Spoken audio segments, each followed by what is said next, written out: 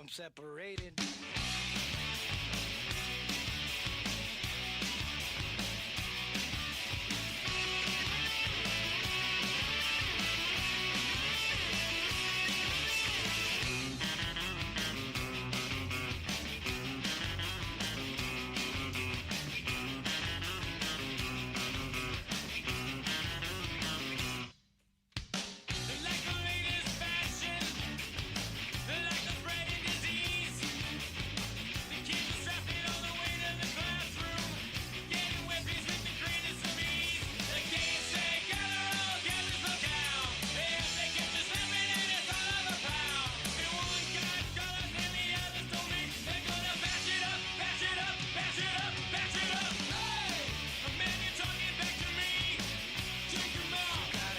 Separated.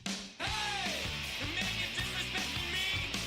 Take him out! You gotta keep them separated. Hey! Don't pay no mind! We're under 18 and won't be doing any time! Hey! Come out and play!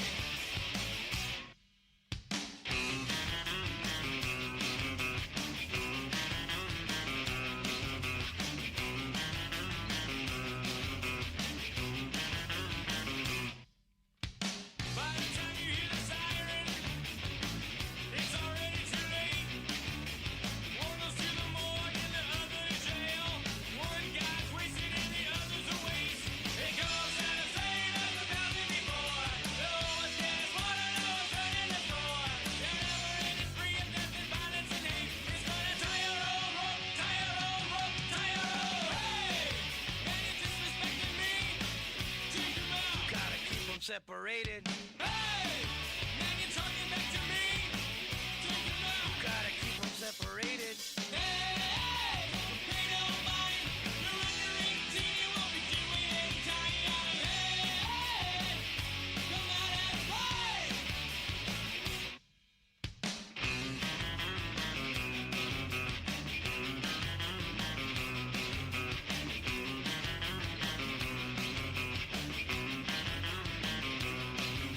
It goes out the same as 1,000 before. No one's getting smarter, no one's learning to score. There never is free of death and violence and hate. It's gonna tie your own rope, tie your own rope, tie your own. Hey! Man, you're talking back to me. Take him out. Gotta keep them separated. Hey! Man, you're disrespecting me. Take him out. Gotta keep them separated. Hey! Don't pay no mind. You're under 18. You won't be doing any time. Hey! Come out and play.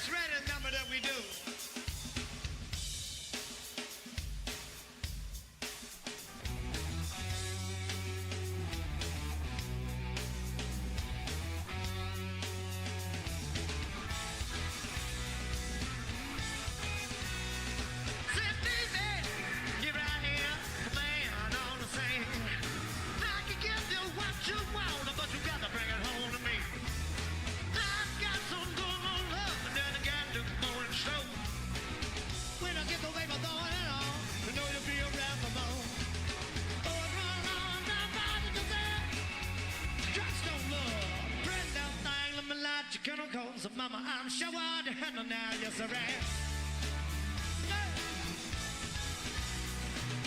Let's just speak loud in the words, and I'm a man with the greatest fear. Got to knock on me, but I love you better than him. Take my hand, don't be afraid, I'm gonna prove every word I say. Advertise the love more praise, so you can play the band with me. But one long time I was there. Tips in love, right little thing with my life, you can't call so mama, I'm sure hard to handle now, yes I am. Hey, hard to handle that. Said, baby, here I am, a man on the scene. Give you what you want, but you got to bring it home to me. There's a good little love and then I got a little more in store. When I get the baby throwing it on, know you'll be around for more.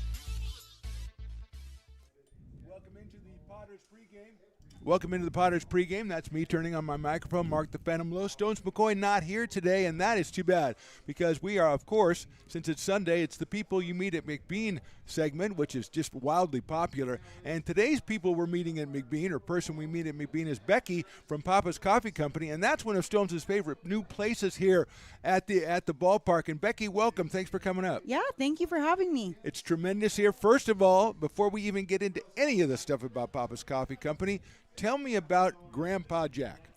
Grandpa Jack is 96 this year. He Yes. just turned 96 in February, and he has had season tickets now. I think we're going on year 5, and he loves baseball. We're out here a lot. He's the patriarch of Papa's Coffee Company. He's the is- guy. He's who I named it after. So Okay. I don't like to say that he started it, but he's who I named it after. He gets the legacy of it. I seen him at a couple of games, and I must say, 96 is the new 83. Oh, Because he absolutely. looks fantastic. I agree.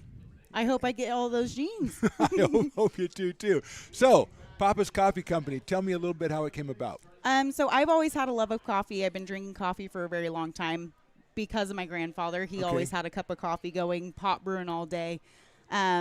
And I ended up working at Dutch Bros and a couple other small Okay. coffee shops throughout my, young adulthood, and I just wanted to open my own. I really did.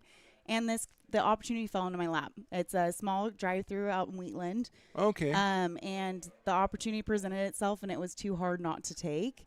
And I ran with it. I just picked it up and ran with it, and it's been an absolute dream. So how did it go from a drive-through in Wheatland to all of a sudden you're at the Lincoln Potters games? Honestly, I just reached out Which and is asked, great, by the way. right? It's great. I love being out in the community. I'm a big people person. It's one of the reasons why I love coffee, right? It's a great way to connect with people, serving the community, even if it's just through the drive-through. And I wanted to reach out more. And I love the Potters games. Again, season ticket holders, right? Yeah. We're here all Well, the time. Yeah, you guys have been here for a long time, sure. I also live down the street, so Okay. Hey, little don't easy access. Don't tell anybody that. yeah. But it's been a wonderful opportunity. I really just reached out and just asked. I was like, hey, is there an opportunity, even if it was just a sponsorship, right? Mm-hmm. Because I love the program. I love what they do for the community and what they provide to the community. And it's kind of just grown from that. It started with a little bit of a foot in the door, and then everybody here has just been so kind and welcoming, and it's just been growing since then. So if you come in to the Potters, to McBean, you're going to come in the gate and you're going to take a quick left, and that's where you guys have set Yep. up now. Now, a little birdie told me that you were only going to do day games, and we run out of day games very quickly, and then you guys came out the other night and We kind of did a did. trial run. How did that go? It was actually a lot of fun. We had a great time. It was very successful for us, and Yeah. I think that it was successful for the Potters community Right. as well. So I think that we might be sneaking into some Friday and Saturday night Nice. games as Very well. good. Yeah. So that's the plan for the remainder of the season. Is we'll be here today's day game and next Sunday as well Right. for that last day game, and then sneaking in for the Friday and Saturday night games. I think you're quickly going to become one of the places that people look for when they come in here. I mean, they've got obviously Fat Cat, and we've got the shaved ice. There's some great things here. So Yes. the real reason I brought you up here. Absolutely, I go down to your coffee place, of course, and you've got your specials written on the board. we do. how do I get a drink named after me? Oh, I see. Phantoms go with the flow. I've already got the name Phantoms because that's go what with you the said to me the flow. other day. You just go with the flow. All right. Phantoms go with the flow. I want to have. I like the idea. I'm a mocha guy. Okay. I like the idea of having a shot of something. Love it. I like the chocolate drizzle Okay. or some kind of drizzle and a little bit of whipped cream in there somewhere. Ooh, so I can like we it, I like work? it. Can we workshop that? I think we could. I think we could team up I would and love to have my name Phantoms Hey, go, and you can why rename not? it. You can rename it if you just have to Right. go for the flow. I That's a think good that's pretty one. good myself. It is. But do you have any suggestions of what I can incorporate there? So what I would do is right now we're offering iced coffee and hot coffee. So what I Yes. would do is we could do both, right? It doesn't matter either I or. love that. Yeah. And we would do a little bit of a mocha. So it'd be the coffee. We have chocolate milk, right? Oh, So we're going yes, to add some milk yes. and do some whipped cream on top, just the way you like it. And if you want to get a little fancy with it, we can even add some English toffee in there. That's been really popular Oh, I with the love that crowd. idea. Yeah, yeah. You can tell I'm from England. So all right. Well, we will get together. We'll put our heads together on that. All right, I'm deal. very excited about that idea, and I'm very excited to have you guys here. Papa's Coffee Company coming to you out of Wheatland. This is Becky. She is the owner proprietor and kind of holding it till Grandpa Jack wants to come back and take over. Yep, right? absolutely. Becky, thank you so much. We will have everybody come out and looking for Papa's Coffee Company. Thank you so much for having me today. Oh, it's a pleasure. That's Becky, Papa's Coffee Company. We're back with baseball right for this on the Stones Broadcast Networks. Potters fans want to keep restoring and renovating historic McBean Stadium? Now you can become a member of Friends of McBean. Annual membership start at $50. Become a member now at friendsofmcbean.org. This job is the Esplanade at Turkey Creek phases 4 and 5. Our scope of work for this project is full scope, so we've got all the underground, all the joint trench, and all the top side included with it. We're putting in sewer pipe, manholes. We're not doing services yet. We go through and do all the main line, and then we come back and do all the services after that. I would say this project right here, the one we're working on, is probably about a 2-month project. It's very costly to the developer, so beating the schedule is very important, more important than most projects. It's got a lot of groundwater, so we've got an extensive groundwater pump system in place. It's just cool to be a part of the built environment and know that for the next 100 years that people are going to use and enjoy what we've created here today.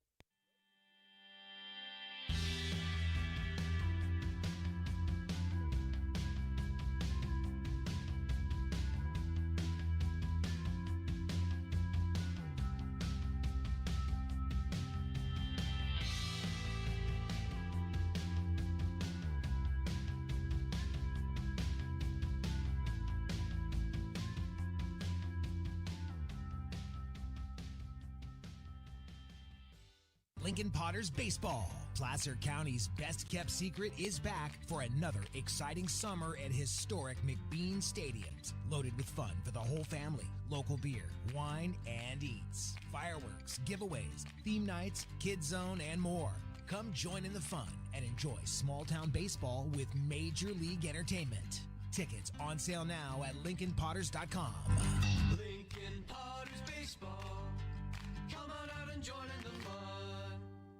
Buy a personalized brick for you, your loved ones, or your business, and show everyone your commitment to Lincoln baseball. Framed and engraved by our own Lincoln High Ag program students, your brick will be featured on unique movable brick walls. Find your name in the stadium entrance for the 2024 and 2025 seasons. Then visit your brick in its permanent home inside the stadium. Bricks can be purchased here for $250. Get it now at friendsofmcbean.org.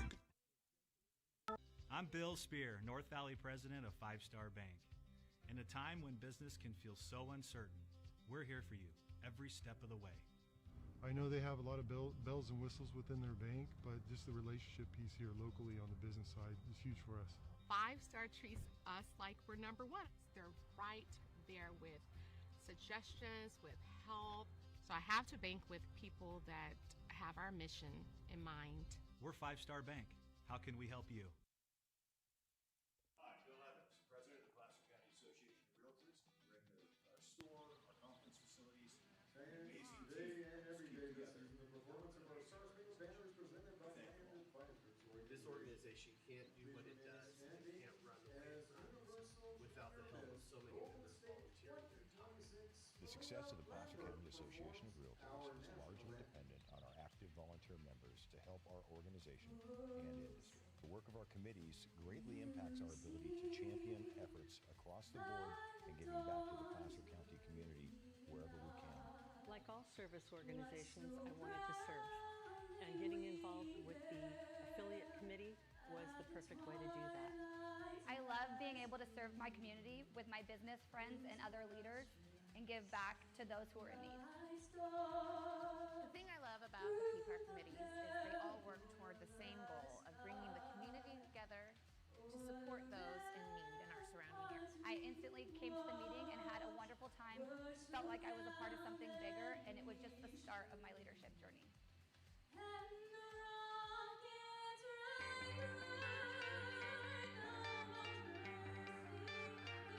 Gooseport Public House. We have sports on 10 big screen TVs, 23 beer taps with classics and crafts, a full bar with creative craft mixed drinks, live music, and most importantly, great fresh food. In downtown Roseville off Vernon Street, only 15 minutes from the ballpark. See ya at Gooseport.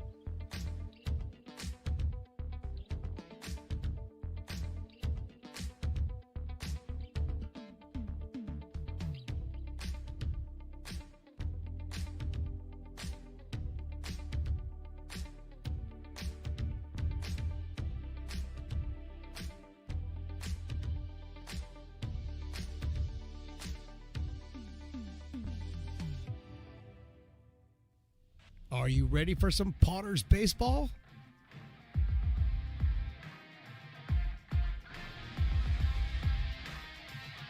Potters baseball brought to you by Stones Broadcast Networks.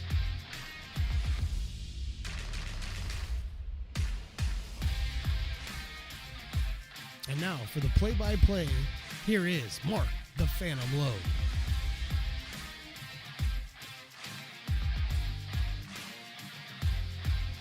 Well, good afternoon, everybody, and welcome. It's baseball time here at McBean Stadium in Lincoln, California. I am Mark the Phantom Lowe after a little bit of hesitation there. Stones McCoy not with me today. The Big E, Evan, is on the job, though, so no worries there. Stones will be back with us on Wednesday when the Concord Zephyrs come to town to take on your Potters.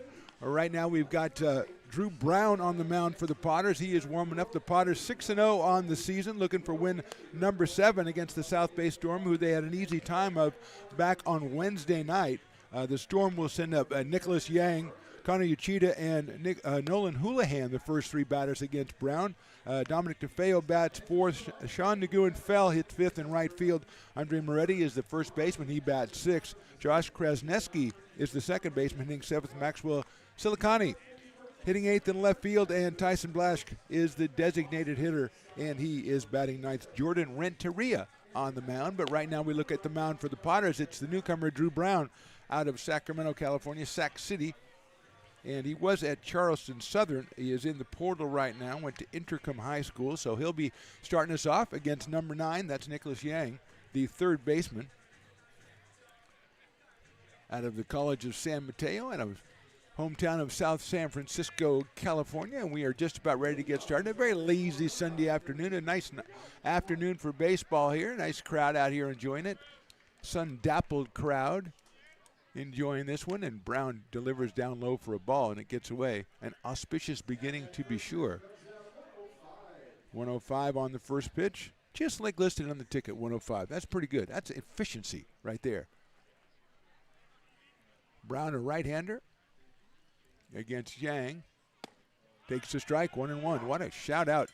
The national anthem singer just did a great job. Universal Junior Miss Golden State 2026, Malia Lambert was our performer, and she did a very, very nice job with that national anthem.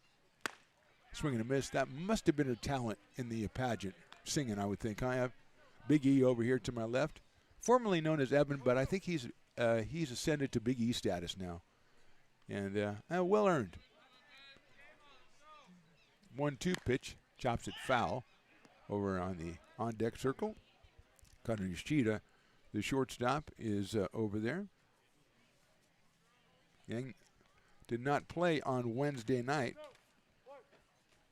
so making his first appearance in this series, the two-game disjointed series. 1-2 from Brown. Swung on and missed. So Brown starts impressively with a strikeout of Yang. And with one out, that will bring up Connor Uchida, the shortstop. Connor coming to us from Dartmouth College, or headed to Dartmouth College. He was out of Los Altos, California. Uchida batting from the left side against Drew Brown, the young right-hander. Sac City College Panther. Then he was at Charleston Southern, now in the portal. That's fouled off the back to the screen off the catcher's glove. We had Becky from Papa's Coffee Company on our pregame. People you'll see at McBean when you come out here. Just go in the front gate, take a left. There's Papa's Coffee Company. And they do a great job. She's fantastic. And she was talking about Grandpa Jack. And Grandpa Jack is in the house today, right down below us. Looking spry. Like I say, 96 is the new 83. And we're going to work on getting Grandpa Jack. The stairs up here makes it a little difficult. So we're going to, when Big E masters the situation enough, there's a grounder out toward shortstop, slowly hit. Picked up by Euler over to first base for the out. Nice play, Luke Euler. Let's set that defensive lineup for the Potters. In left field, Landon Edmonds. Quincy Marlboro is in center. Ethan Groves in right. Aiden Diome at third. Luke Euler at short. Tristan Russell is back at second. And Brady Dobson at first. Cooper Smith behind the plate for Drew Brown on the mound. 2 outs, and Nolan Houlihan will be the hitter. Nolan led the game off in the game on Wednesday. He was 1 for 2 before exiting in the 6th inning. And he takes a foul cut. 0-1 on Houlihan. Brown delivers but outside. Nolan out of Monterey Peninsula College, his hometown Fresno, California. 1 ball and 1 strike. 2 outs here in the top of the first. Brown delivers another ground ball out to short, another slowly hit ball. Euler bobbles it, and that's going to allow Houlihan to reach base. It's be an error on the shortstop. Potters now with a lot of errors so far on the season. That time Euler came in and, again, a slowly hit ball. Maybe tried to hurry, get it from the glove to the hand, and it bounced off the heel of the glove. That will bring up Dominic DeFeo, the catcher. He was 0 for 2, played second base in the game on Wednesday. He is out of Cal Poly Pomona. That's all the way back to the backstop, bounces back to Cooper Smith, but Houlihan will go down to second base on the wild pitch. So he gets on an air, moves to second on the wild pitch. And with a 1-ball, no strike count, Dominic DeFeo has someone in scoring position here in the top of the first. The Storm did not score at all on Wednesday, so this would be quite a breakthrough.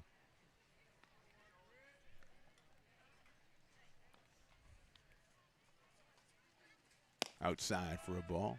Must say, though, that we had, I think, the largest viewership for any game so far this season is the game on Wednesday against the South Bay Storm, and a lot of that is due to South Bay fans who were very vocal early and then less vocal later on, but we still appreciate the patronage. Hopefully they're checking the game out as well this afternoon, as they've got a runner at second base and 2 outs, and Houlihan's getting a pretty good lead off second. Brown delivers. It's a chopper out to second base. Tristan Russell on the big hop over to first, and that's the inning. So pitching around the air is Drew Brown. We'll go to the bottom of the first. Storm nothing. Potters coming to bat.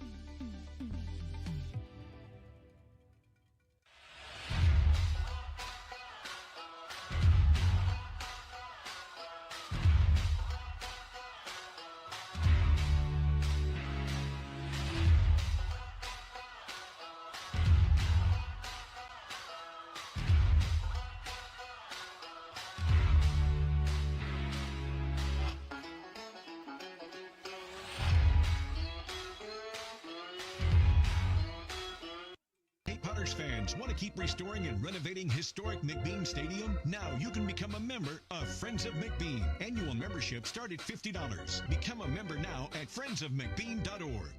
When it comes to your home's maintenance and repairs, Jeffers Resource Group has you covered. Our handyman services offer a comprehensive range of expertise, from minor carpentry to drywall, electrical and flooring for property managers, landlords, and renters alike. We ensure that every job is completed to the highest standards, so you can have peace of mind.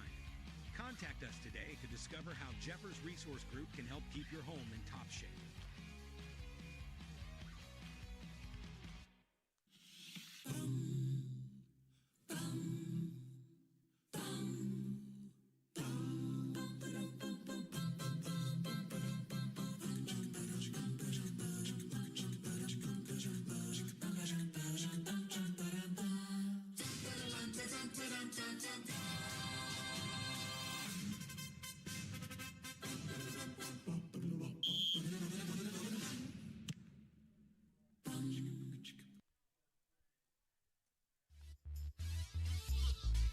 Bottom of inning number 1. Potters coming up to the plate. No score from the Storm in inning number 1. The top of inning number 1 will be have Ethan Groves, Brady Dobson, and Quincy Malbrough, the first 3, against Jordan Renteria, number 22, 6'4", out of Avila University, and from San Francisco, California. As Groves steps in, Ethan is 2 for 5 on the season with 4 runs batted in.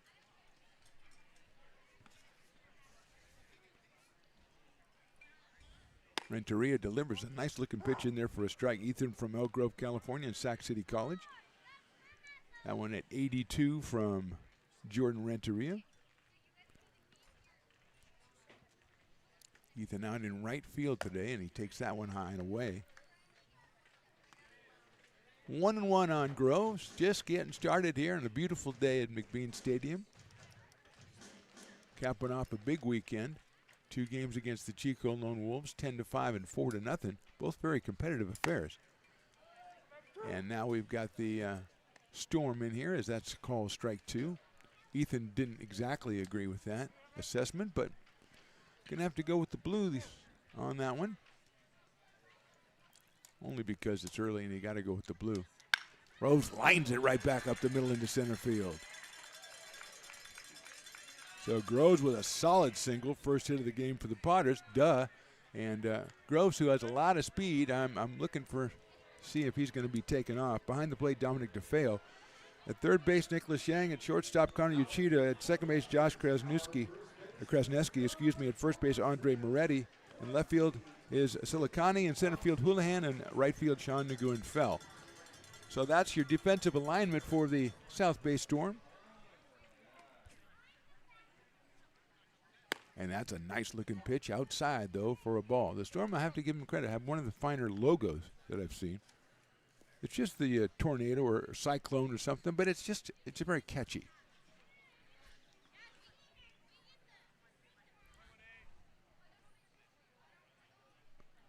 Groves takes off, and there's the pitch, a slice foul over the dugout, or into the dugout. 1 ball and 1 strike. Now the Concord Zephyrs are coming in on Wednesday.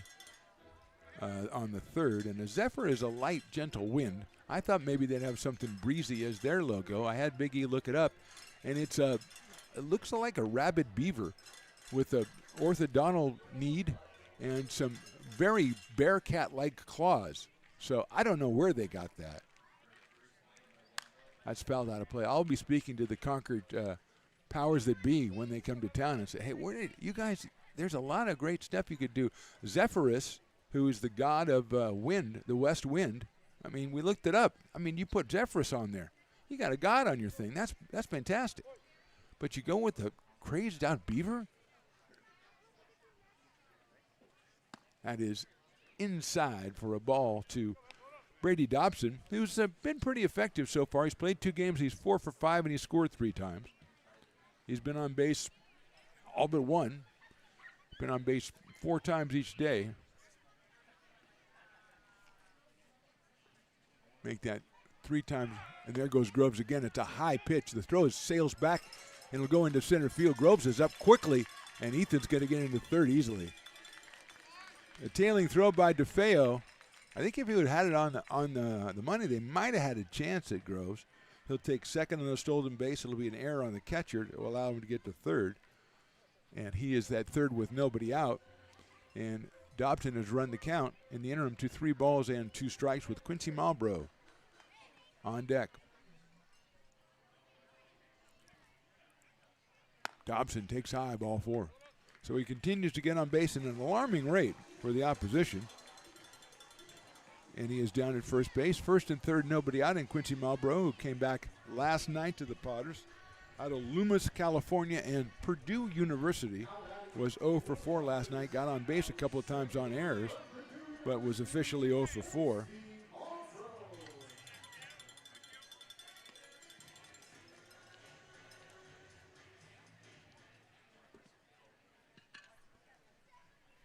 Quincy hits one hard but foul down the left field line.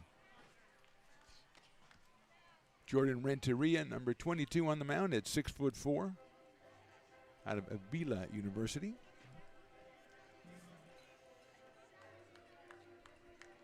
And originally San Francisco, California. He's got himself a little bit of a pickle here in inning number 1. First and third, nobody out, and Malbrough at the plate, 0-1 on Quincy. He'll throw it over to first base because he thinks Dobson's going. Brady hasn't shown an inclination to do that so far in his very short Potters career, which is already legendary for his on-base percentage, which is all but one time he was up. That's his percentage.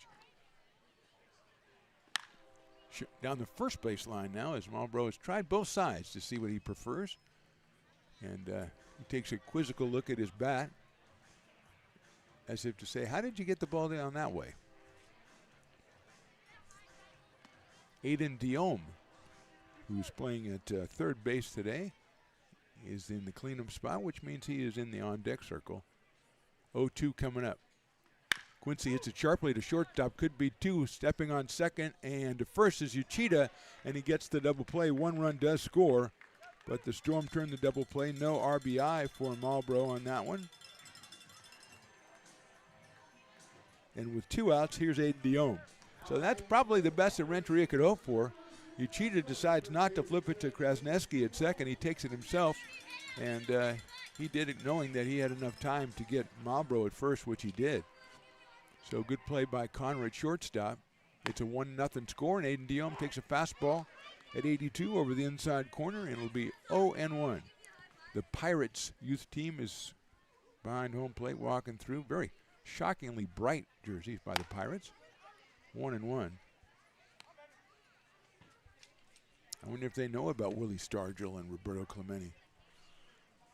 The Pirates with a very long heritage. I think Honus Wagner was on the Pirates. Look out, that's inside. I'll have to look that one up. I got my research staff on it. Oh, wait, they didn't show him today. Oh, wait a minute, I got a thumbs up. Well, there you go. Did you just know that offhand? Nicely done, Big E. I guess I did too then, so, okay, nicely done me. Okay. Renteria, 2 balls and 1 strike on Aiden Diom out of Roseville, California. Youngster headed to the University of Arizona. I believe that's the College of Just Plain Luke, JPL, down on the far side there. And Diom gets the walk. So Tristan Russell coming into the plate. Tristan is 3 for 9 since coming back to the Potters. He's out of Cypress, Texas. University of New Mexico for last year, but he is in the portal. And he's here to try to enjoy a good summer, and like he enjoyed last year, but also to make a mark and get some attention as well. As I would imagine everybody in the portal, obviously you're looking, and Stones talked about it yesterday as far as you're playing here, you're getting on tape, people are seeing you, and that's the important thing. Because nothing is ever overlooked anymore. Everything is scrutinized. Even if you don't have a big budget production like this, you know, our broadcast networks, I mean, people are taking videos on their phones and stuff, sending them out. TikTok videos, I guess. Sharp grounder out towards second base. That's Krasneski. He'll go to first for the out. So Renteria gives up 1, but it could have been worse. We go to the second. Potters on top 1-0.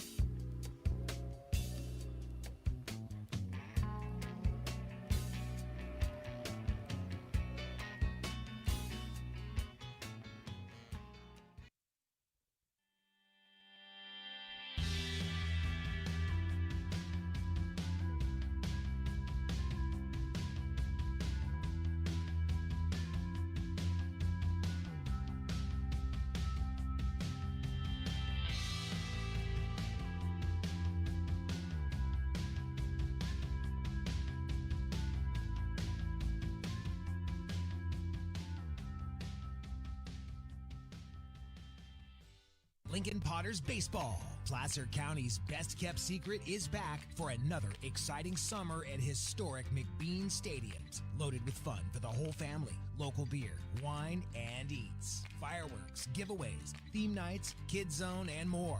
Come join in the fun and enjoy small town baseball with Major League Entertainment. Tickets on sale now at LincolnPotters.com. Lincoln Potters Baseball. Come on out and join in the fun.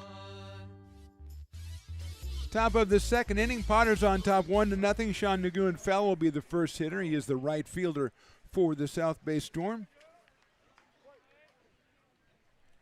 He is up against Drew Brown. He was 0 for 2 in the first game of the series on Wednesday, and Brown catches the outside corner at 89 miles an hour, and it's 0-1. Andre Moretti and Josh Krasneski will follow Sean. That's nubbed on the first base line. Brown's trying to run it down. Now he can, and nobody's going to be able to get there, and Nguyen-Fell has himself an infield single. First hit of the game for the Storm. Not an overly impressive hit, to be sure, but perfectly placed. Hit him where they ain't, Willie Keeler said, and I don't know what team he was on, and I don't think Big E does either. But we'll look at that one and check that out while Andre Moretti comes to the plate. The first baseman, I believe he is the Dueling Dogs batter, so that is going to be, if he strikes out, 50% off Dueling Dogs down at the Brick and Barrel Backyard Bar, or where I call it the Good Place to Get a Beer Bar.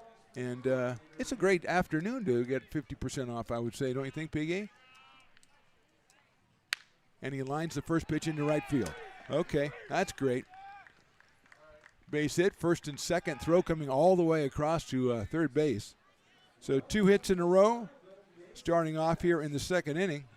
Moretti and Nagoon fell, and here's Josh Krasneski, the second baseman, out of City College of San Francisco. Hometown, Parker, Colorado. I like that. Parker, Colorado. I think Colorado's an interesting place. Maybe that's where I'll relocate to. Yeah. Oh, you like Parker? Luke Stoutwalker, you know Parker? Yeah, okay, good.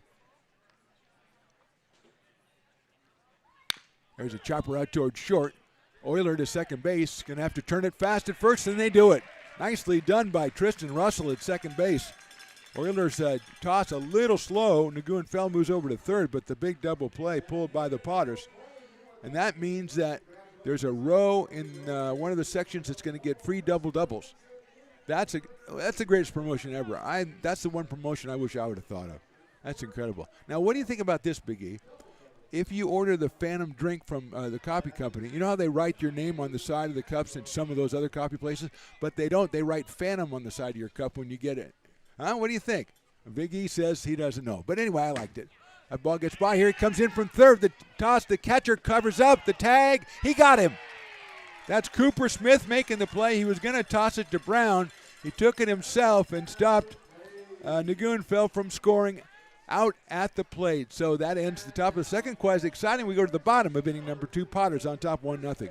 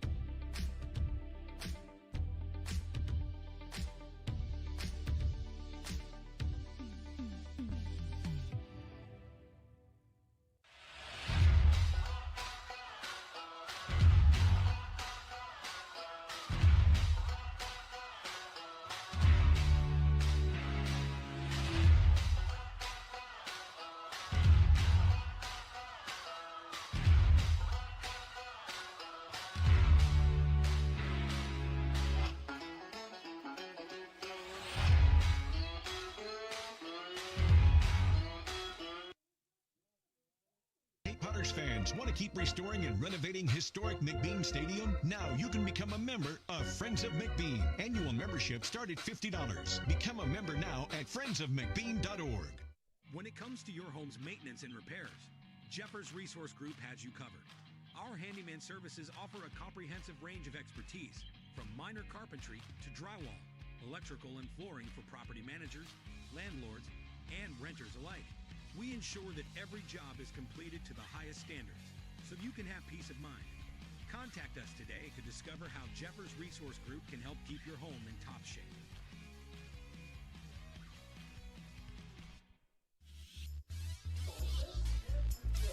Well, we're ready for the bottom of the second, but I've watched a lot of races in the second inning, but I have never seen one like that. That was Piper with his traditional second inning race, customary. He's got the kids out there. The kids are racing right before the race started. 4 of the Potters, including Dawson Raddick and Nico O'Rourke, Justin Santiago, and Ryan Jackson, got out there with cameras, and I got Luke Stoutwalker with me, and hopefully he's nothing in his mouth. Luke, what the heck was going on out there? It looked like they were filming a day in the life for the Potters Instagram for us. Wow. Yeah. All 4 of them, they followed all the runners around, and then it got real physical at home plate. Dawson what happened at home plate? Piper. Yeah, what was that about? No cheating, Piper. I know, but doesn't Dawson know that Piper never wins? Piper never wins. Statwalker, nicely done. So there's now is that a daily thing they do every day? There's something comes out. How does that work? I think that was a spontaneous decision from Elena today. Oh, she just said go out there and That's not bad. No, I got to give it's pretty Elena her good. credit. All right, well done. Thank you, Luke Stoutwalker.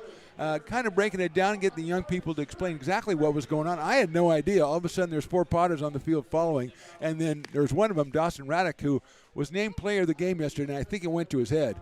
All of a sudden, he's tackling Piper, and, a bad look, really. The kids are watching the players tackle the mascot. I don't know. But it seemed to work out okay, and if it was Elena's idea, then it's got to be a good one. Jordan Renteria back on the mound. He'll face Luke Euler, Jackson Henderson, and Cooper Smith for the Potters here in the second inning. Just a nutty race. I guess on a Sunday sometimes you got a couple of days off coming up, so you just do stuff, It's crazy. Here is Luke Euler, who is hitting .400 on the season, 6 for 15. He has 4 runs batted in out of Rockland, California, and University of Nevada, Reno. Takes a ball from Jordan Renteria. There's the same Piper. He doesn't look any worse for wear. He is, I don't know what he's doing. He's fanning himself. There's been a lot of talk about Piper's attitude. I think I can see it in his beak. It's the way he curls his beak or something. Although he is good with the youngsters. I got to give him that. He's got a couple on the hook right now. Showing him some Peacock-related thing. That's it up the middle by Euler in the center field, the base hit. So Luke stays hot, singles to center. That's the second hit for the Potters, and it'll bring up Jackson Henderson, the DH, otherwise known as Hindu by Grandma Donna. He is out of Tuscaloosa, Alabama, and Shelton State. I think I looked up Shelton State, and I already forgot what it was. I think it might have been, was that the Parsons, or was that a different one? Well, I'll have to look it up again, I guess. Oh, he's got quite the crowd, quite the fans. Well done. The Buccaneers, oh, that's what it was. I love that. The Buccaneers is great, especially if it's like in Louisiana or somewhere like in New Orleans where the Buccaneers were. I like it. Shelton State Buccaneers. I might become a fan. I'll have to check out their merch, see if I can con them into sending us something. Hey, we want to talk about your merchandise. That won't work. Throw over to first base, and back is Luke Euler. We'll have to talk to Jackson Henderson about the Buccaneers, the Shelton State Buccaneers. He is DHing today. It's at high up in the air right side. Nguyen Fell coming in, and the first baseman is going out trying to make a play, and they lets it drop. Moretti was going out. It was going to be a tough play, and he turned to Krasneski to see if he was going to come over and get it, but he wasn't. Coming in from right field was Nguyen Fell, and that's what the ball did. It fell right in the middle of the 3 of them. And another chance for our guy from Shelton State. That's the way a Buccaneer would do things. They live on the edge. I'll hit a pop fly, see if they catch it. They don't. I'll give them another chance. Probably smash one now. 1-1 on Jackson. Outside, that's get away from the catcher, and down to second base will go Euler. Looked like a pass ball to me. I thought that could have been handled by the catcher, who in this case is Dominic DeFeo. And it'll get past him and put the runner in scoring position. That runner being Luke Euler, who's now 7 for 16 on the season, which I think is .444, but I could be wrong. Outside, 74, took something off that. 3 balls and 1 strike. Cooper Smith, the catcher, out of Coeur d'Alene, Idaho, and Utah Tech University, the Trailblazers. Big E looked that up. The one I remember. That is too high, ball 4. First and second, nobody out. Cooper Smith, the batter. Cooper 2 for 6 on the season with 4 runs batted in, batting in the number 8 spot.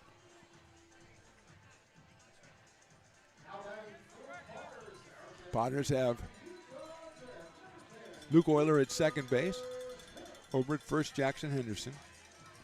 And here's Smith. Potters have a couple of days off after this one. Wednesday, the next game right here at McBean. 6:35 first pitch against the Concord Zephyrs and their disappointing logo. That's down in the dirt. That's a good block by DeFeo on that one. And he's going to get a new ball from the umpire, who's doing a tremendous job. We've got, looks like 12 Bridges High is doing the 50-50, so they're walking around with the sandwich boards. Support TBHS boosters selling the 50-50, the raffle tickets. Well, I don't know if it's the 50-50 or just around. I don't know what's going on. Nobody tells me. That's high and outside. The Raging Rhinos making their presence felt. Another Shaved Ice comes out of the Shaved Ice factory behind us. We've got the coffee company to our left and the Shaved Ice to our right, so we're all covered. And we go down the third baseline. We got Fat Cat down there, Sabores de Mexico down there. The Longhorn Lifestyle canned beer bar down there as well. And, of course, down the right field line, you've got the Brick and Barrel Backyard Bar or the Good Place to Get a Beer Bar, whichever name you want to call it. It serves the purpose. 3-0 on Cooper Smith. And he swings and grounds it down the first baseline foul. Had the green light, obviously. It's summer ball. And turned on it a little bit too early. Or that would have been trouble for the Storm. Landon Edmonds batting in the number 9 spot. He is on deck. Both Landon Edmonds and Cooper Smith, only 6 official at-bats, but 2 hits and 4 runs batted in. So they've made those hits count in limited appearances here this summer with the Lincoln Potters. Just the 7th game of the summer. And Cooper Smith takes ball 4. Loads him up for Edmonds. He can make an early attempt for player of the game with a grand slam. I'm just saying, it's Riley's rule, but I live by it. Landon's dad, of course, Jim Edmonds, 4-time All-Star, 8-time Gold Glover with mostly the Angels and the Cardinals and a couple other teams as well, but just a tremendous player. Landon out of Franklin, Tennessee in Sneed State.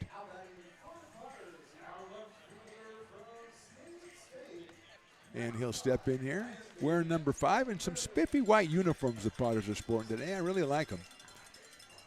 It's simple, I know, but they're looking sharp. You know, it's not the orange or the dark blue or black or anything. It's just simple white with the orange lettering and everything. Really, really a good look. So Edmonds up here with a chance to add to that RBI count, and he takes high for a ball.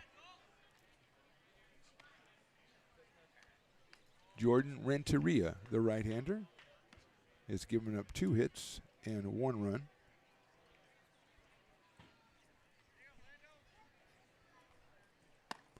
Edmonds takes outside, 2-0. Top of the order, Ethan Groves is next.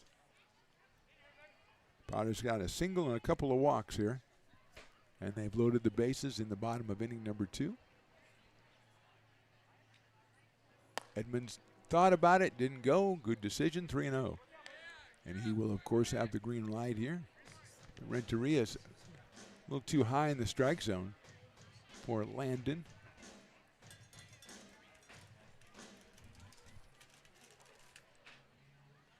He takes a strike. So Renteria gets it over for a 3-1 count. Edmonds didn't really think so. At the top of the zone for Renteria. Edmonds lines it into center field. That's a base hit. Here comes Euler. Henderson rounds third. He's going to come. The ball is bobbled out in center field. And moving up to second, Edmonds on a head-first slide. He is in there as the ball comes all the way to home plate. Edmonds delivers a 2-run single, and the Potters now lead it 3-0. Smith ends up at third. And Edmonds gets credit for a single. An error will be charged to the center fielder for bobbling the ball. So second and third, now we're going to have a meeting at the mound with the Storm's management coming out to talk to Renteria as Edmonds worked the count to 3-1 and then just blistered one into center field. So Landon now with 6 runs batted in as a Potter. Potters have 3 runs on 3 hits, 2 South Bay errors. As Ethan Groves, who lined a single back up the middle in center field, his first time up, comes to the plate. He's got a chance for a couple more runs batted in. He has scored 4 runs already this summer. Ethan out of Sac City College, Elk Grove, California, which is a hotbed for baseball talent, too numerous to mention. Jordy Lopez on the Potters is from Elk Grove.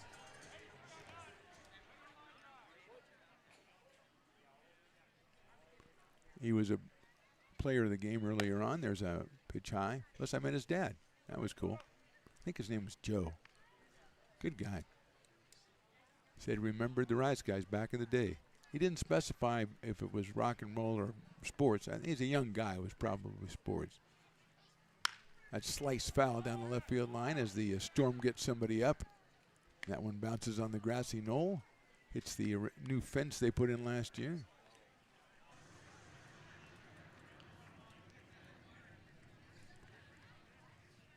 So Groves, 1 ball and 1 strike. Still nobody out here in the inning. Potters have scored twice. That one stays high again. 2-1.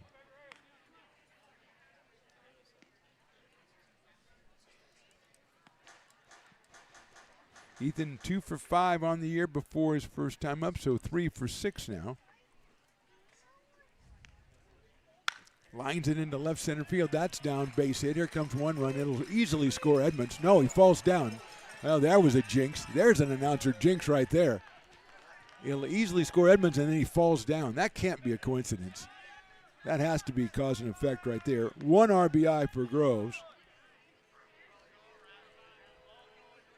3rd run of the inning. Edmonds will very definitely stay at 3rd. Groves is at 1st. Luckily, Landon is okay, as again, he was just skating around 3rd. And until I uttered that sentence, he'll definitely score. He was going to score. He was motoring, and then he fell down.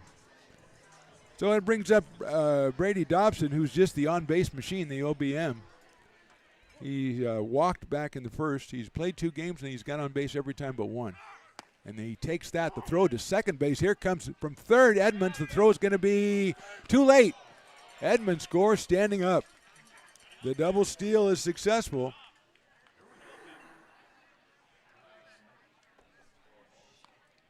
And that'll make it 5-0.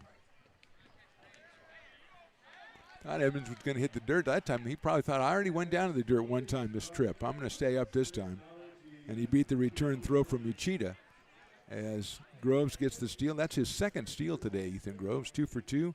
He scored once, he's driven 1 in, he stole 2 bases. And Dobson has a strike on him, 0-1. Check swing, inside corner, nice location by Renteria, 0-2. Quincy Marlboro on deck. Dobson out of Stockton, Lincoln High School in Stockton, and Cal State Fullerton. Takes high and away. I think Lincoln might be the Trojans. And Fullerton, of course, is the Titans. So Brady, 1 ball and 2 strikes.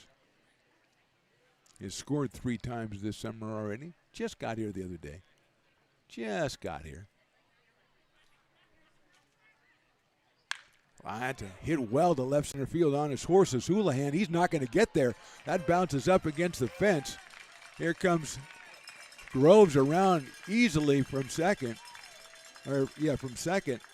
And Dobson drills a double. He's now 5 for 6. He's driven in another run, and it's now 6-0 in favor of the Potters. That one just seemed to keep on going, and Houlihan turns and just ran to the fence. And we're going to have a pitching change here for South Bay, and we will take a break and come back with identity of that new pitcher. We are in the bottom of inning number 2, and the Potters have put 6 up on the board.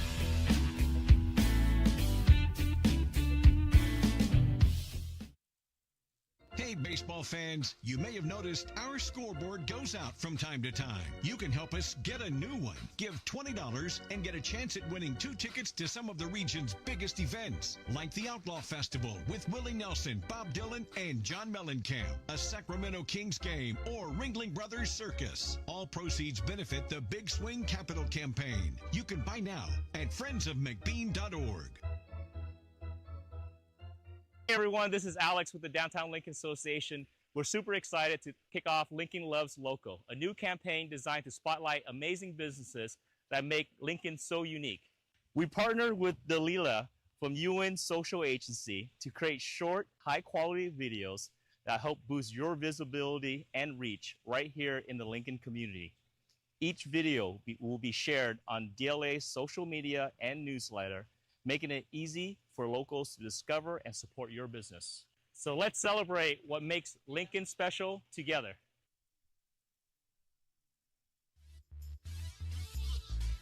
New pitcher for the Storm is Terry Baker out of Central Christian College of Kansas.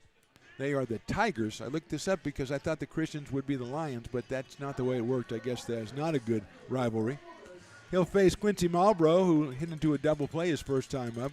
Brady Dobson is at second base. Nobody out here in the inning. And that is high and outside. Potters have scored 5 times, and Dobson out at second base.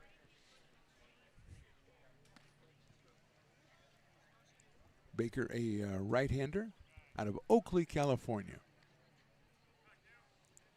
That is outside off the glove of DeFeo. And it will move Dobson over to third base, as will be scored as a wild pitch on that one. And it's 2 balls and no strikes. Aiden Diome would be the 8th batter of the inning. He is on deck. Potter started off with a single from Euler, then a walk to Henderson, a walk to Cooper Smith. Landon Edmonds scored 2 with a base hit. Grove scored 1. Dobson scored 1. We had 1 on a wild pitch. That's hit into center field. Is it going to drop? It does in front of Houlihan. RBI single for Quincy Marlboro. His first hit since coming back.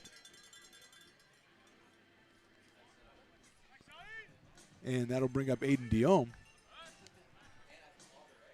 Makes it 7-0, and Diome, who was walked his first time up, comes up.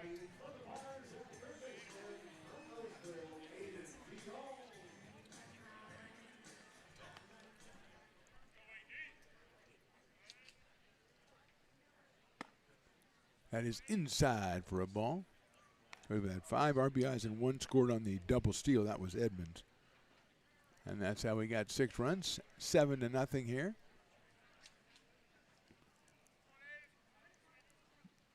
Diome out of Roseville takes that one low and outside. 2-0. Tristan Russell to follow. He would be the 9th batter of the inning.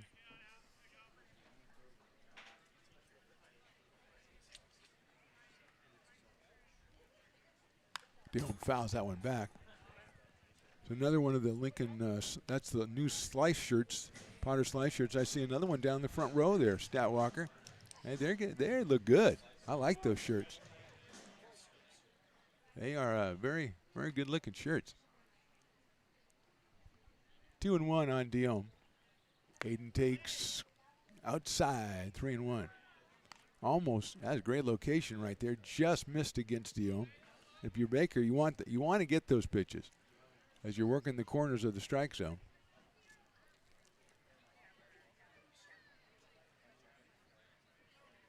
And that is ball 4. So here's Tristan Russell. Russell grounded to second base back in the first inning. So he is 0 for 1, 3 for 10 on the summer out of Cypress, Texas. Playing out at second base for the Potters.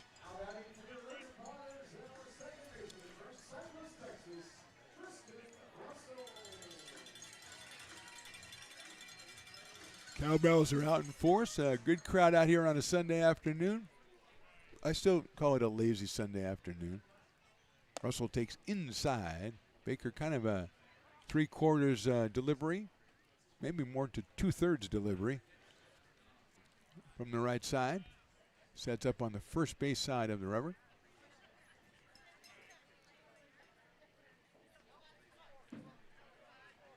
Russell takes down low. 2-0.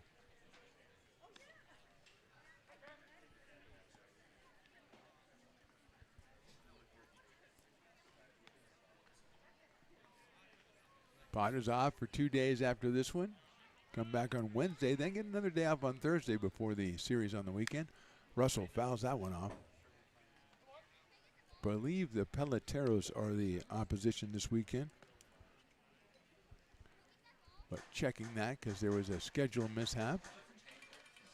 But we'll be here on Friday anyway. Doesn't matter who we're playing. It's going to be 7:05. We'll be here.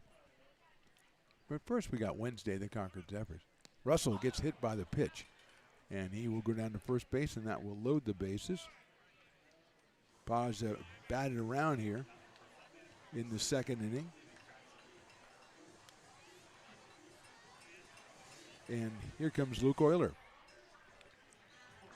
Single and scored back in the, earlier in this inning. He started us off with a single up the middle. Now, it seemed like a while ago now. Out of Rocklin, California, and University of Nevada, Reno, Mr. Luke Euler, 7 for 16 on the season with 4 runs batted in. Against Harry Baker, the second pitcher, and that's a good-looking pitch in there for a strike. Renteria went 1+ innings. He's been charged with all the runs that have scored so far.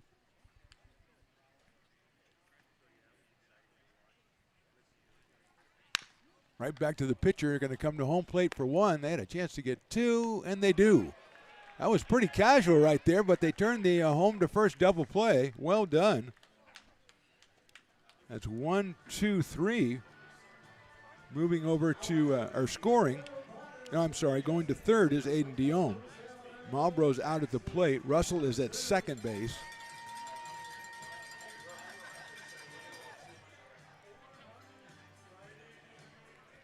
So 2 outs just like that, and here is Jackson Henderson.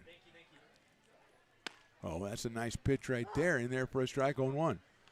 The ball went right back to Baker. He looked really casual, threw it into DeFeo, but Dominic turned it around quickly and gunned it down to first base. And they pulled off a very impressive double play. It's 0-1 to Henderson. Inside. Russell at second, and Diome at third. Potters have scored 6 times here in the second. Henderson walked and scored his first time up earlier in this inning. Takes outside. 2-1.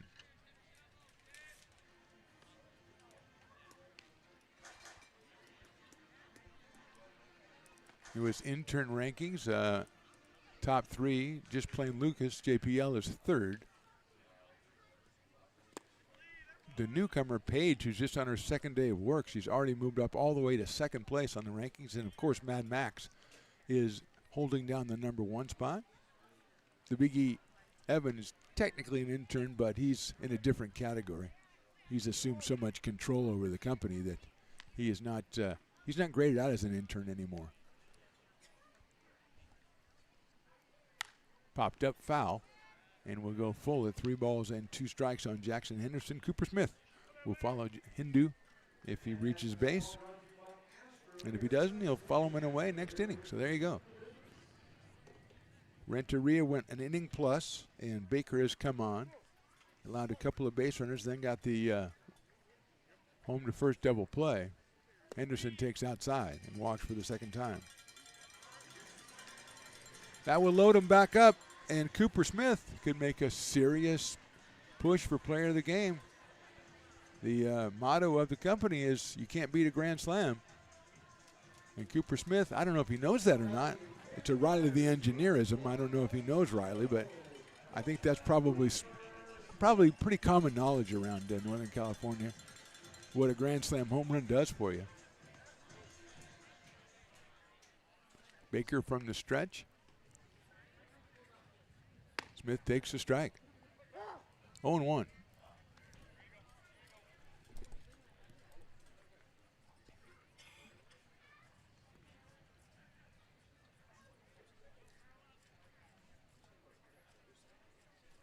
Coming up to Cooper Smith.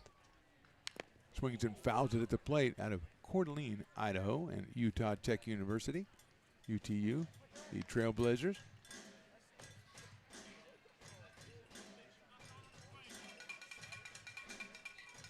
Probably good they call it Utah Tech University, not Utah Tech Institute, if you think about it. 0-2.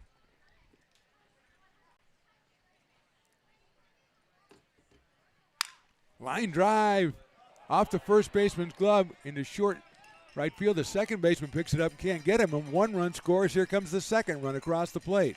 So it ends up being a 2-run single for Cooper Smith. As scoring is Diome and scoring is Tristan Russell. Moving to third is Henderson. That ball was off the glove of Moretti at first base, picked up by Presneski in short right field, tried to throw him out at first.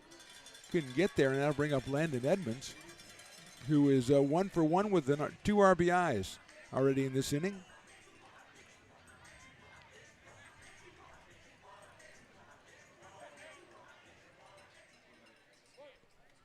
Makes it 9-0 Potters.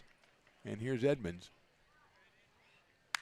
Slices it foul to the left side over the grassy knoll area, over the food court area.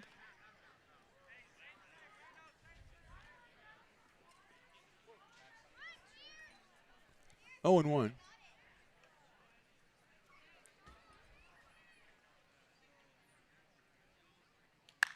Right back up the middle, but the shortstop's going to pick that up and step on second. That's Uchida. And the inning is over. Potters score 8 times in the second. And we go to the top of the third. We're at 9-0. Hey, Potters fans, want to keep restoring and renovating historic McBean Stadium? Now you can become a member of Friends of McBean. Annual membership start at $50. Become a member now at friendsofmcbean.org. This job is the Esplanade at Turkey Creek phases 4 and 5. Our scope of work for this project is full scope, so we've got all the underground, all the joint trench, and all the top side included with it. We are putting in sewer pipe, manholes. We're not doing services yet. We go through and do all the main line, and then we come back and do all the services after that. I would say this project right here, the one we're working on, is probably about a 2-month project. It's very costly to the developer, so beating the schedule is very important, more important than most projects. It's got a lot of groundwater, so we've got an extensive groundwater pump system in place. It's just cool to be a part of the built environment and know that for the next 100 years that people are going to use and enjoy what we've created here today.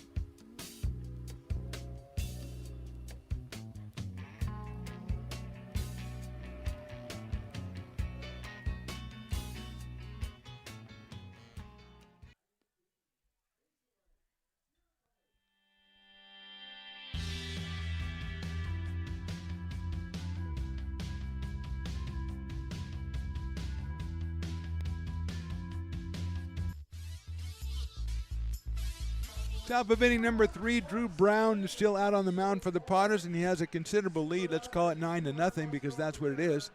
And he'll face Maxwell Silicani, then Tyson Blaschke, and the top of the order, Nicholas Yang.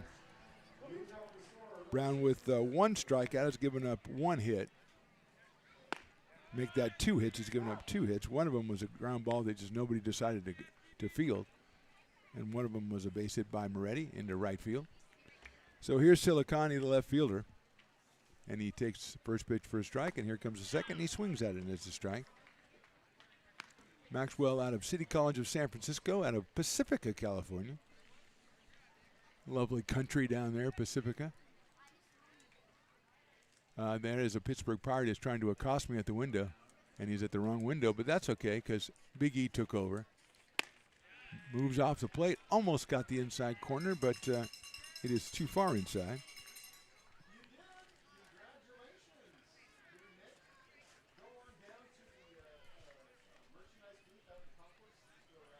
One and two pitch is chopped slowly up the middle. Euler has it over to first for the out. So that is Silicani on the lineup card. Silicani is supposed to be number 2, but he's wearing number 16, and that guy is 6'3". So I don't think it's him.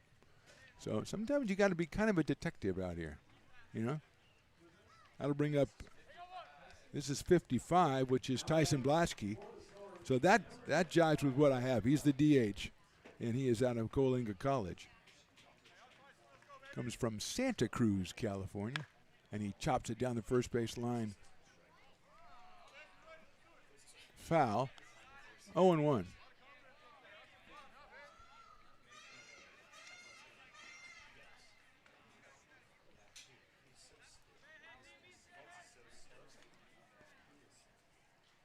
That one is in there for a strike.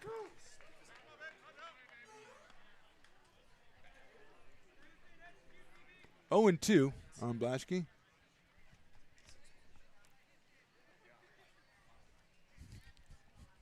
Swing and a miss. 2 outs here in the inning, and that'll bring up Nicholas Yang, the leadoff man, the third baseman. Struck out to open the game. He comes to us from the College of San Mateo.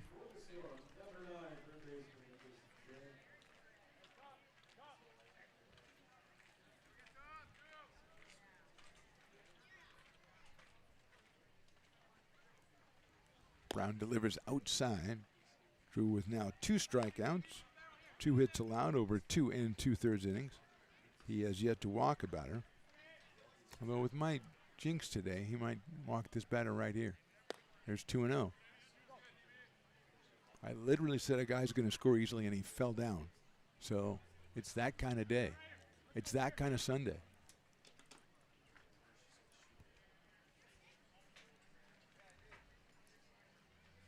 That is down low for a ball.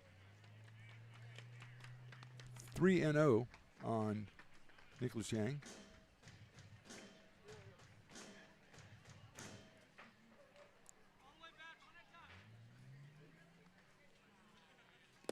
And he will walk. That's what I said. He hasn't yet to walk a batter, and 4 pitches later, he's on first base. Brings up Connor Uchida, the shortstop out of Dartmouth College. Very, very impressive. Very impressive.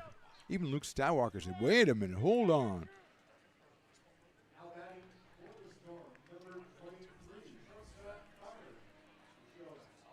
Connor grounded to short his first time up, so he is 0 for 1 in this one. Didn't play in the game on Wednesday.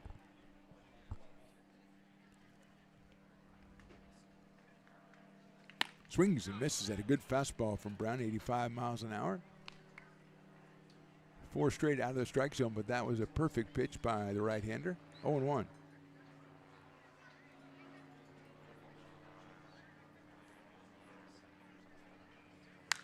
Slice foul. And the left field line and out of play. So quickly 0-2 on Connor Uchida. Nolan Houlihan, the center fielder, would be next if Connor can keep it going here for the Storm. We're in the top of inning number 3 from McBean Stadium on a beautiful day for baseball. Nice crowd out here fanning themselves and just getting comfortable. There goes the runner. The pitch is outside. Double clutch by Cooper Smith and the steal by Yang. Went to throw it, kind of lost the grip, had to try it again, and it was too late to get the base runner. So he is now at second base. That pitch outside, so it's 1 ball and 2 strikes on Uchida. Connor playing shortstop for the Storm in this one. Drew Brown on the mound. Chopped out towards second. Big hop for Tristan Russell. He'll underhand it to first. And that's the end of the top of the third. We go to the bottom of inning number 3. Potters 9 and the Storm nothing. Buy a personalized brick for you, your loved ones, or your business, and show everyone your commitment to Lincoln baseball. Framed and engraved by our own Lincoln High Ag program students, your brick will be featured on unique movable brick walls. Find your name in the stadium entrance for the 2024 and 2025 seasons. Then visit your brick in its permanent home inside the stadium. Bricks can be purchased here for $250. Get it now at friendsofmcbean.org. I'm Bill Spear, North Valley president of Five Star Bank. In a time when business can feel so uncertain, we're here for you every step of the way. I know they have a lot of bells and whistles within their bank, but just the relationship piece here locally on the business side is huge for us.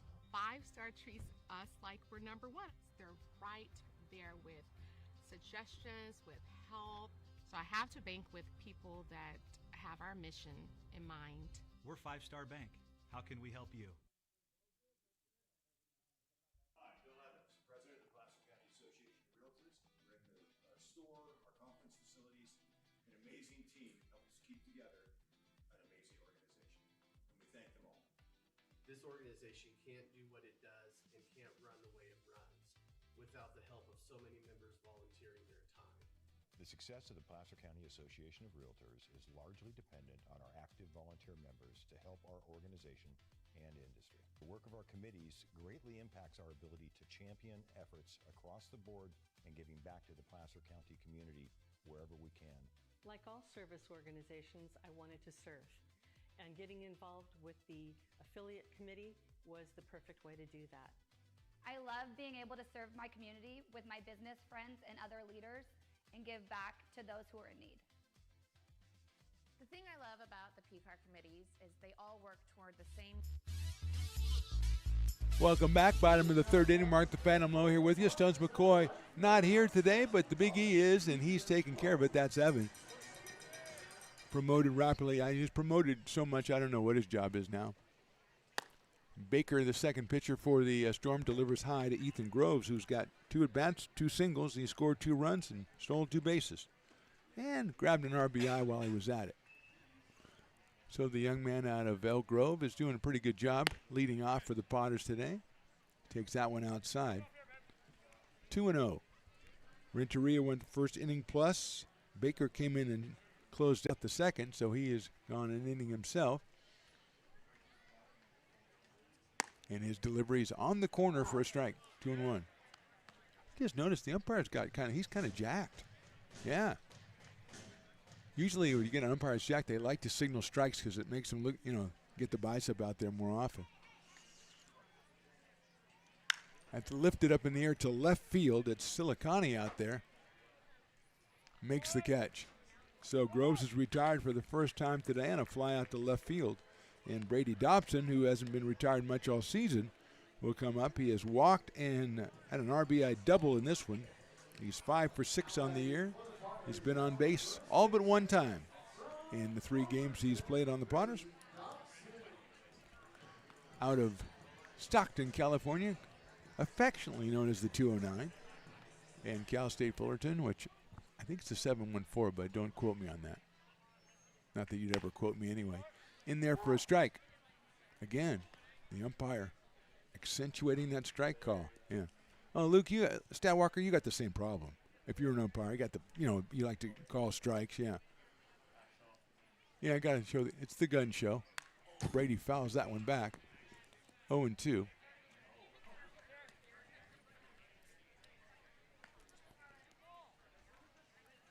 It's great to see patrons coming out of that food court there, full of like Fat Cat hot dogs and Sabores de Mexico, and carrying a couple of cans of Longhorn beer.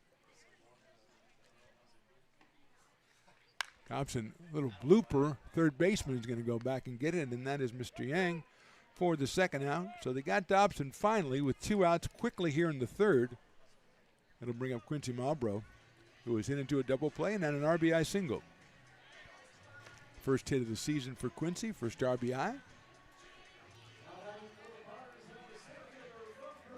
He is out of Loomis, California, and attends Purdue University. That's Big Ten stuff. That's a Boilermaker right there. He's up against Central Christian College of Kansas. So that's why baseball is great. And the first pitch is inside. Aiden Diome would follow if Quincy can get something started, but Baker so far 2 up and 2 down here in the 3rd inning. The right-hander works from the stretch and drops one in for a strike.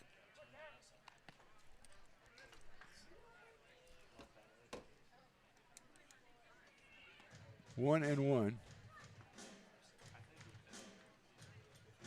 Grandpa Jack chatting up a young lady down there. Only 96 years old. That's a ground ball over the glove of the third baseman, Yang, into left field. So Marlboro has a base hit. Second of the day for Quincy, and that will bring up Aiden Diome. Yang tried to time that one and just couldn't get it down. And Quincy is over at first base. And with 2 outs, Aiden Diome, who has walked and walked. So he is 4 for 10 on the season with 3 runs batted in out of Roseville, California. He's got a little bit of pop in the bat. Let's see if something comes out of there. He grounds that one foul, so not too much pop on that one. 0-1. Potters, their 7th game of the season. Number 8 comes up on Wednesday at 6:35. The Concord Zephyrs are in town. To feel my wrath over their logo, there's a throw to first. Almost had Quincy going the wrong way. Zephyrs comes from Zephyrus, which is the god of the west wind, and their motto or their logo is a beaver. Diome fouls it back on the screen. I think he feels like he should have done something with that one. 0-2.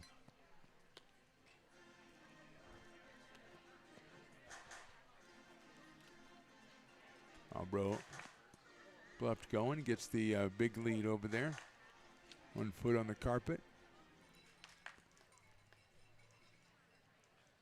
Baker comes home. Diome hits it sharply but fouled on the first base line. Carson Moore coaching first, as Luke Stoutwalker points out. I guess Carson's not planning on seeing any action today. He's volunteered for coaching duty at first base.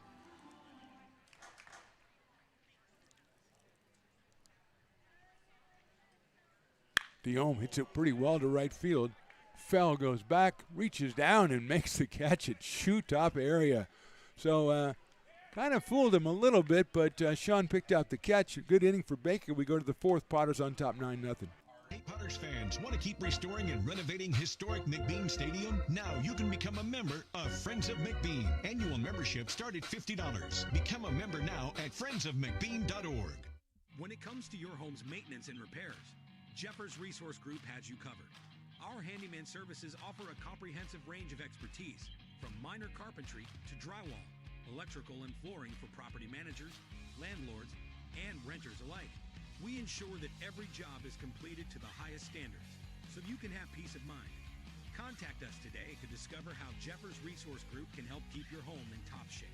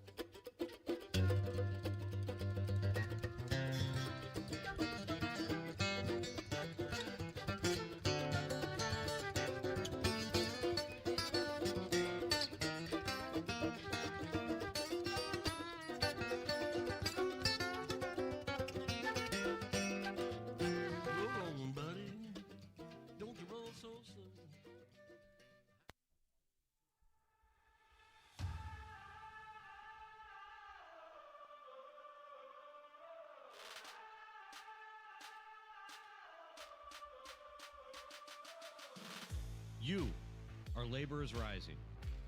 And now you understand where we came from, what solidarity means, and what we have ahead of us. No one's going to defend us but us.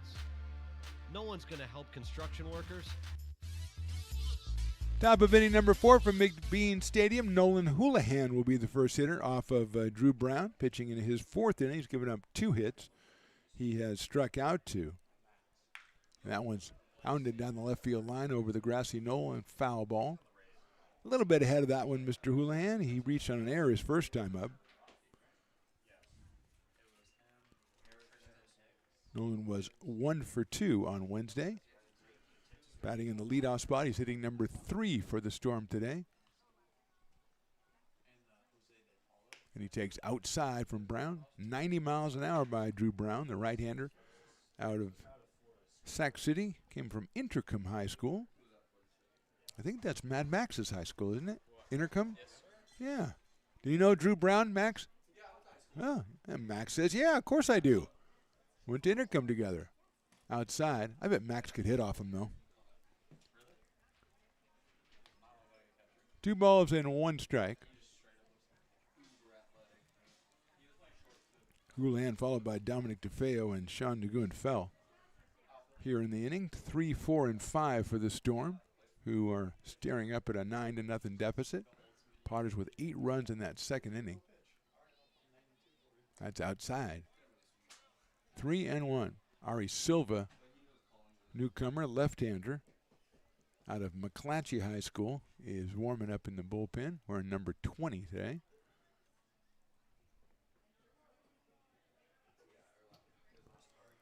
Mason Belding is doing the honors, warming him up out there, number 27, and that is ball 4. So Houlihan gets the base on balls. That is the second issued by Drew Brown, and it'll bring up Dominic DeFeo, who grounded out to second base his first time up. Out of Cal Poly Pomona, Dominic DeFeo. In Palo Alto, California, as Cooper Smith goes out to chat with Drew Brown, who's only allowed the 2 hits over the first 3 innings. One of them, as we said, an infield single that Noman just went after, and the other one a solid single by Moretti, who comes up after Nagoon fell.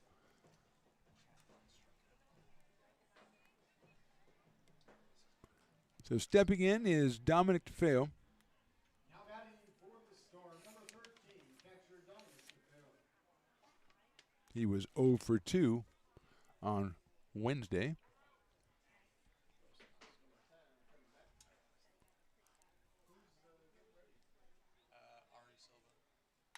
Swung on a chop. That's going to be a tough play. Euler waits for it, and he's going to have to gun it to first. Did he get him? Yes, he did. So Euler played that one till the last second, waited for the big hop to get to him, and threw it over to first to Dobson and got DeFeo. Moving to second, Nolan Houlihan, which puts him in scoring position for Sean Nagoon fell.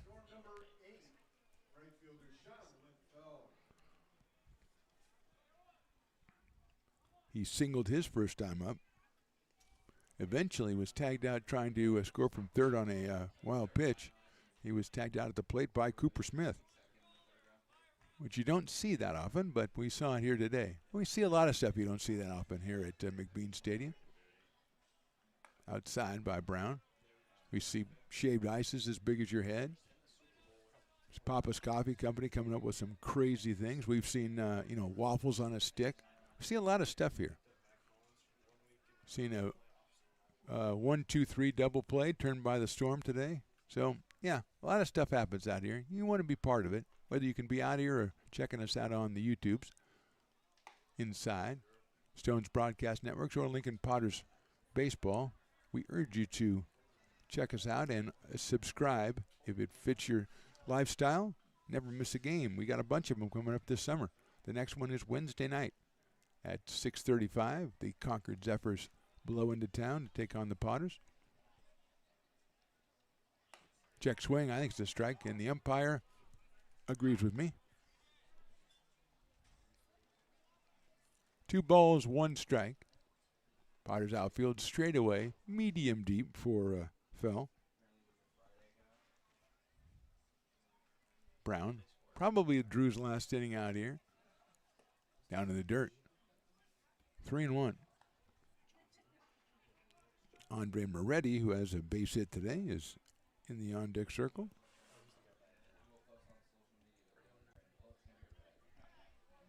But now it's all about Fell,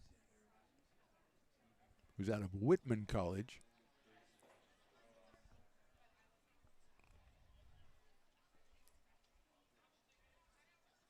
And he misses outside. So Fell gets the base on ball. Second of the inning, third of the game issued by Drew Brown. And Moretti will be the hitter. And we're going to get Nate Kajowski coming out to talk to the pitcher, maybe to make the change. I don't know. He's doing the slow Nate walk to get out there. And I think it's pretty obvious. Maybe Drew probably at the end of his pitch count anyway. And you don't want him to end on a bad note.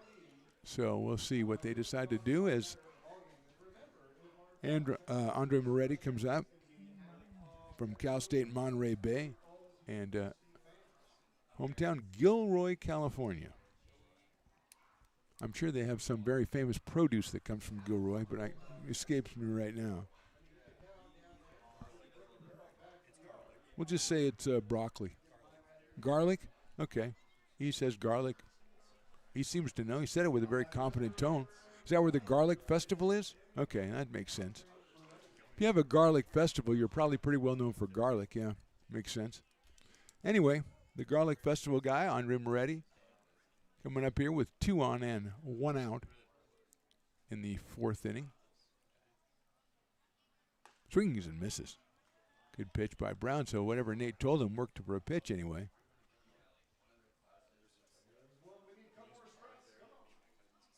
0-1.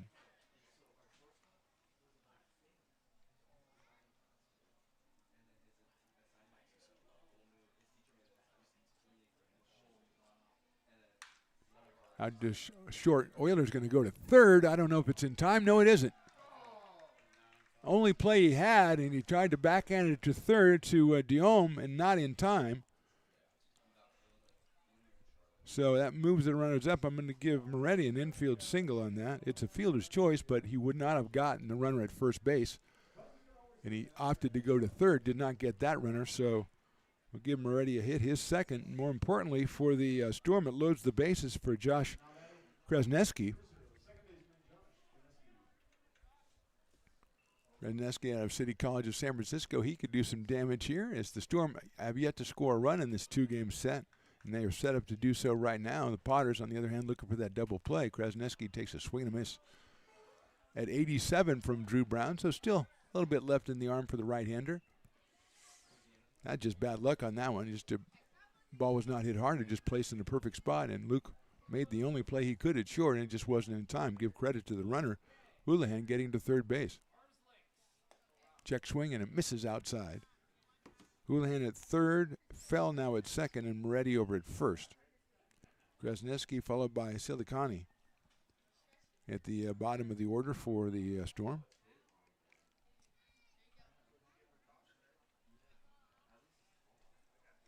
1-1 pitch. Fouled out of play, so 1 ball and 2 strikes. Big out right here in the inning for Drew Brown.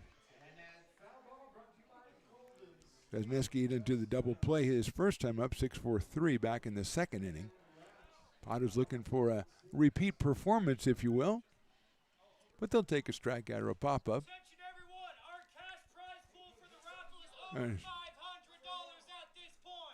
There's a guy just yelling for no reason. There's a line drive into left center field, a base hit. Scoring is Houlihan. Scoring is Fell. The throw is going to come in, and taking second base on the back of it is Krasneski. So a big hit for Josh Krasneski, gets himself 2 runs batted in. Moves Moretti over to third, scores a couple. 2 runs on 2 hits in the inning, and Maxwell Silicani is the next hitter. As Silva, the left-hander, heats up in the bullpen for the Potters, and it's now 9-2 in favor of the Potters. And here's Silicani, who grounded to short his first time up.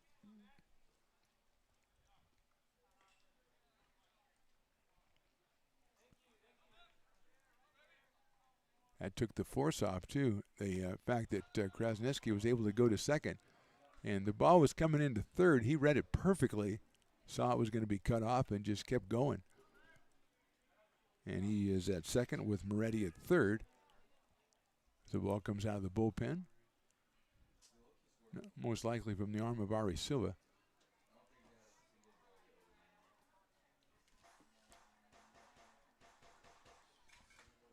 So it's 1-0 on Silicani.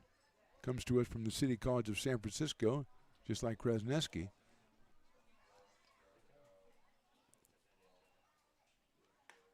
Breaking ball misses outside. 2-0. Got to think maybe this is the last batter for Drew Brown. Want to get him to go out on a good note, get an out here.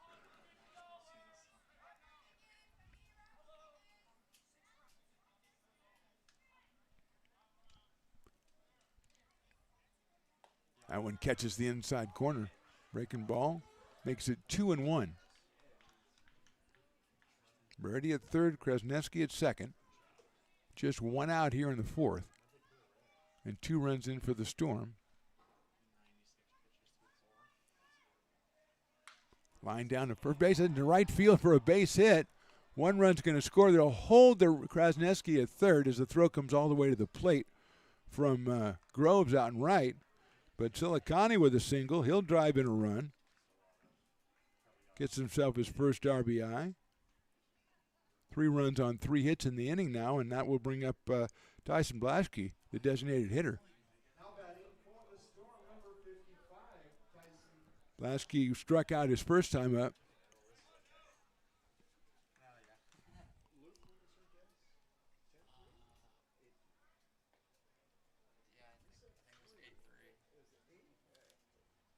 Swing and a miss.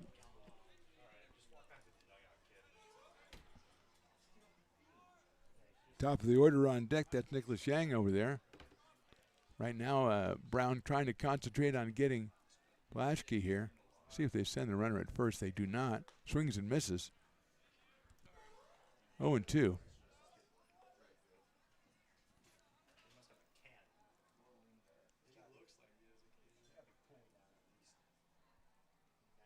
Brown gets the runner at first base. Not really held on that quickly. There goes the runner, swing and a foul at the plate. So they did send Silicani on that one, trying to stay out of the double play, and figured he probably wouldn't even be contested. But Blaschke's got to go ahead and protect the plate. He did so, and he'll have another chance here. 0-2.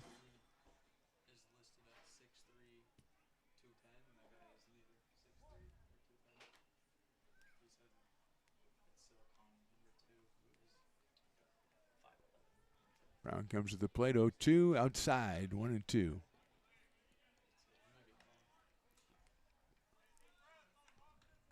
Blaschke out of Coalinga College, hailing from Santa Cruz, California. Not a bad spot. There goes the runner again, swinging a miss. They're going to throw it to second. There's nobody there, and it goes into center field, and that will score the run from third. So Krasneski is going to get a stolen base. It is going to be an error on the catcher. Silicani gets the stolen base, an error on the catcher to allow Krasneski to score the 4th run of the inning. Blaschke strikes out. There's 2 outs, and Nicholas Yang is the batter, who has struck out and walked. So Silicani is now at second base. The Storm on Wednesday had 4 hits total. They have 3 hits in this inning. With a couple of walks, that's allowed them to score 4 times. Grounder down to third base. Good play at third and gets him at first base. That's Aiden Diome. Good stretch over there by Dobson, but not before the Storm are up for 4 runs here in the 4th. We go to the bottom of inning number 4. Potters 9, Storm 4. Lincoln provides all the charm of a small town, yet still provides access to excellent local medical care. At Lincoln Urgent Care, you can find expert services and a compassionate staff available 7 days a week. Our friendly front desk staff will welcome you when you come into our brand new facility. Your wait time will be minimal at our walk-in clinic, unlike the emergency room. From broken bones and lacerations to allergies, flu shots, and illnesses, we treat a variety of urgent medical conditions. What sets us apart is not just our central location in Lincoln, but the convenience of our extended hours, including weekends. We've become Lincoln's first choice for urgent care because we treat patients of all ages for a variety of conditions and take most insurances. We're proud to be an approved provider for veterans and welcome in our military patients. From our family to yours, we're here when you need us.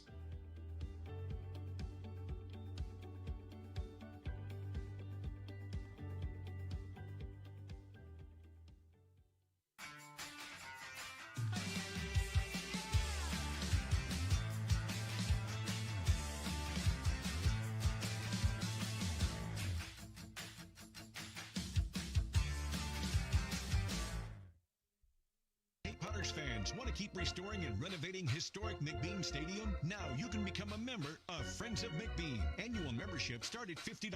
Become a member now at friendsofmcbean.org. This job is the Esplanade at Turkey Creek phases 4 and 5. Our scope of work for this project is full scope, so we've got all the underground, all the joint trench, and all the top side included with it. We're putting in sewer pipe, manholes. We're not doing services yet. We go through and do all the main line, and then we come back and do all the services after that. I would say this project right here, the one we're working on, is probably about a 2-month project. It's very costly to the developer, so beating the schedule is very important, more important than most projects. It's got a lot of groundwater. Bottom of the 4th inning, Terry Baker back out on the mound for the South Bay Storm. He came on in the 2nd to relieve Jordan Renteria. He'll face Tristan Russell, Luke Euler, and Jackson Henderson here in the 4th. Russell hits it down sharply to first, under the glove of Moretti into right field. Russell's not going to stop. He's going to second. It'll be an error on the first baseman, and Tristan Russell's at second to start the inning. 3rd error of the game already for the Storm. And you're in a dogfight here. You got to help your pitcher out, and you got to make the regular plays, the routine plays. Didn't make it in that sense, and Russell keeps on motoring, gets himself to second base. He had grounded out and been hit by a pitch previously. Here's Luke Euler, who is singled and into a pitcher, catcher, first base double play. So Luke is 1 for 2. He takes a little bit too high. That is 1-0. Luke out of Rockland, California, and University of Nevada, Reno. Left-handed hitter against the right-hander Terry Baker. Baker delivers high and inside, 2-0. Nice crowd out here on a Sunday afternoon. Very lazy crowd, again, as we've said. But, you come out here, it's a beautiful day. You've got fantastic food and drink options all the way from Papa's Coffee Company to, the bars and, backyard, Brick and Barrel Backyard Bar. You got the Can Bar over here. You've got Sabores de Mexico. You've got Fat Cat. You got Shaved Ice behind me. The Cotton Candy. You've got everything. Literally everything you could want out here. So get it. Go sit in your seat and watch some baseball. Inside and a walk on 4 pitches to Luke Euler. First and second, nobody out. Jackson Henderson, who has walked and walked. Powerful right-handed hitter out of Tuscaloosa, Alabama, and Shelton State. We've discovered that is the Buccaneers, the Shelton State Buccaneers. So I got a feeling this Buccaneers going to take one yonder. Again, I have been wrong on everything today. Even he's looking at me like, hey, dude, you're not on a hot streak. That's in there for a strike, and he is unfortunately correct.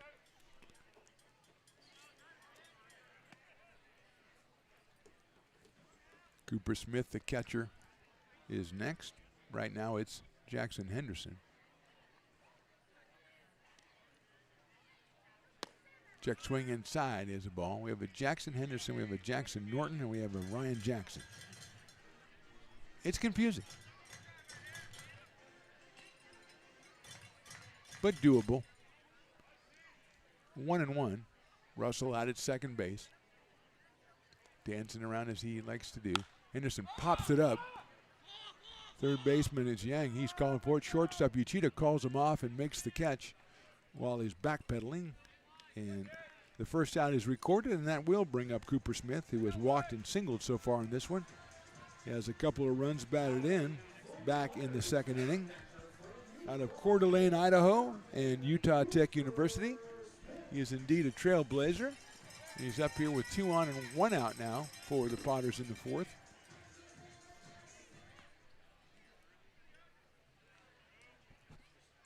Left-handed hitter. Lifts that one to left field. Silicani giving ground, but he's got room, and he'll make the catch. Caught that one to the side of his body. It's tough out there. Not as bad today as it could be. The sun is not as bad and it's not as low as it is. It's an evening game. But that's 2 pitches and 2 outs right there. They'll leave it up to Landon Edmonds, who has a 2-run single and is hit into a fielder's choice. Out of Franklin, Tennessee, and Snead State. Edmonds hitting from the left side, playing out in left field for the Potters today. Up here against Terry Baker, the tall right-hander. Russell dancing around at second. Edmonds lines it into center field. Edmonds coming over. The shortstop goes out. That drops in front of Houlihan. Russell will score. It's another RBI for Landon Edmonds, and the Potters put the 10th run up on the board as Russell crosses the plate. So Edmonds now with 2 hits and 3 runs batted in. That is an unearned run right there as Russell scored. Reach base via the error. Counts nonetheless, and Ethan Groves, who has a pair of base hits, will come up to the plate. He singled in the first, singled in the second, and fly to left in the third. And he has got 2 guys on with 2 outs. Potters have scored 1 time, and Groves takes on the inside corner for a strike. I just think that there's a lot more strike calls since I made that point about him being so jacked. Again, I'm way off today, so maybe that's not true. Groves hits it right back up the middle, but there's Uchida. He'll go to first, even though second base was right next to him. He decides to go to first for the out. Potters score 1. We go to the 5th. They're on top, 10-4.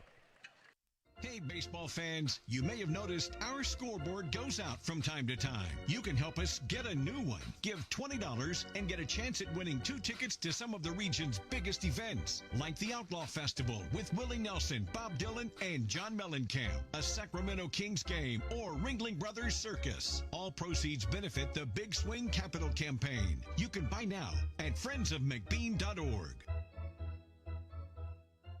Hey everyone, this is Alex with the Downtown Lincoln Association. We're super excited to kick off Lincoln Loves Local, a new campaign designed to spotlight amazing businesses that make Lincoln so unique. We partnered with Dalila from UN Social Agency to create short, high-quality videos that help boost your visibility and reach right here in the Lincoln community. Each video will be shared on DLA's social media and newsletter, making it easy for locals to discover and support your business. So let's celebrate what makes Lincoln special together. Lincoln provides all the charm of a small town, yet still provides access to excellent local medical care. At Lincoln Urgent Care, you can find expert services and a compassionate staff available 7 days a week. A friendly front desk staff will welcome you when you come into our brand new facility. Your wait time will be minimal at our walk-in clinic, unlike the emergency room.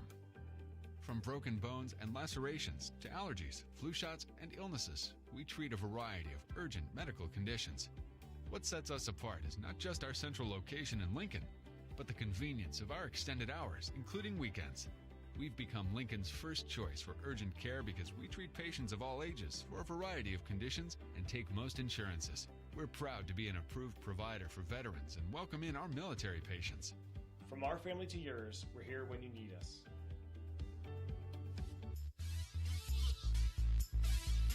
Top of the 5th inning, which means Farmer's 5th inning. If the first batter, who happens to be Connor Uchida, makes an out, it is Carlos Santiago Perez batting for Uchida. And so if he makes an out, that is going to be half off on Farmers Brewing down at the Brick and Barrel Backyard Bar. So Perez will start. Carlos Santiago Perez from Coalinga Community College is the first hitter against Ari Silva, the left-hander. Makes his first appearance and snags his first ground ball and runs the obligatory 3/4 of the way to first. Underhands it to the first baseman Dobson, and it's half off Farmers Brewing for the whole inning. So there you go. It's that easy. Nolan Houlihan is scheduled next here as Carlos Santiago Perez batted for Uchida, who was 0 for 2. Let's see if it's Nolan Houlihan. Number 11, indeed it is. He is from Monterey Peninsula College. He has reached in an error and walked and scored a run, has Mr. Houlihan. Ari Silva from McClatchy High School. His first pitch is behind the batter, which usually results in a ball call. And it does in this case as well. He is committed to Loyola Marymount. And they say guys can't commit. There you go. He's going to Loyola Marymount. 1-0.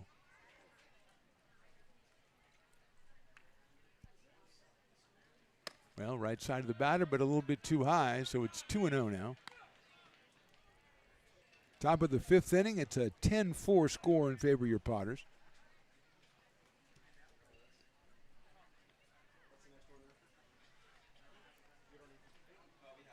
That's a swung and a miss. 83 for Silva. McClatchy, I believe, is the Lions. Yeah. I like that, McClatchy Lions. One of the old schools in downtown there. Outside for a ball. And run it to 3 balls and 1 strike on Houlihan. Dominic DeFeo is scheduled next, the catcher.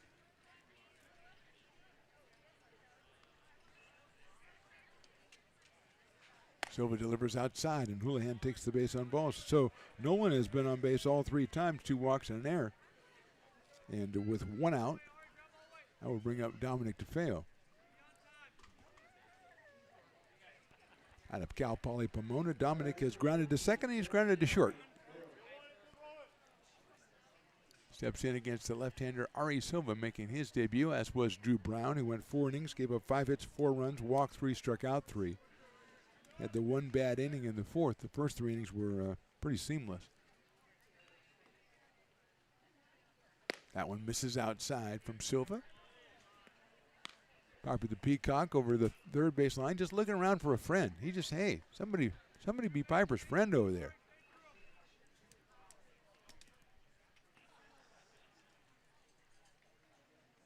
One-0 pitch sails high. 2-0 on DeFeo.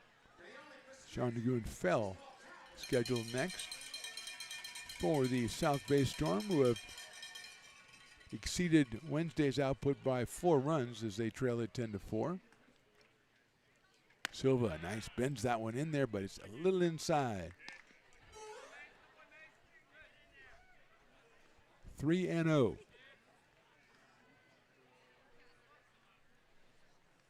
Houlihan, short lead at first base. 3-0 pitch is perfect, 3-1.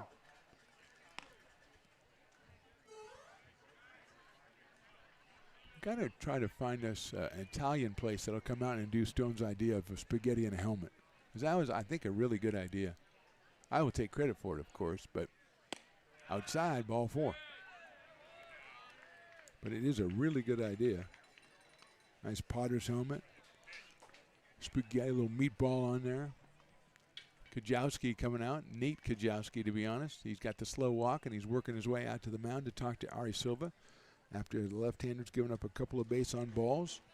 Got the first batter on a grounder back to him, and then walked Houlihan and walked DeFeo. Let's see if that is Sean Fell. Wearing number 8 is indeed Sean DeGoon Fell. And he'll step in here with a chance to do some damage for the South Bay Storm. People keep going down to the food court and coming back with just loaded down with goodies. Loaded down with goodies. Fat Cat is out down there. Sabores de Mexico is down there. They're offering some really good food items. I mean, if you can't find something from one of those two, maybe you shouldn't be at the ballgame. Or, I mean, there's pizza around, too. You can get that. Silva, nice pitch right there. Swung on and missed. 84, a little bit upstairs, and fell. Thought he had a beat on it. He did not. It's 0-1.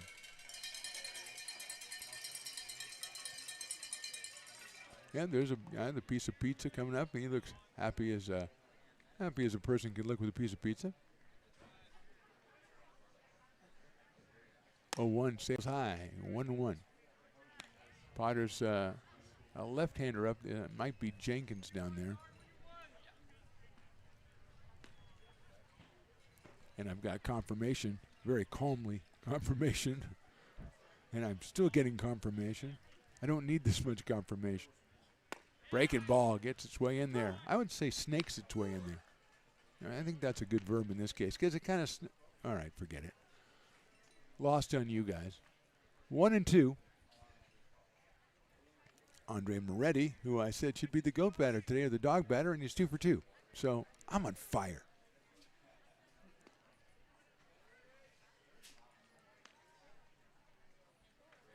Swing and a miss.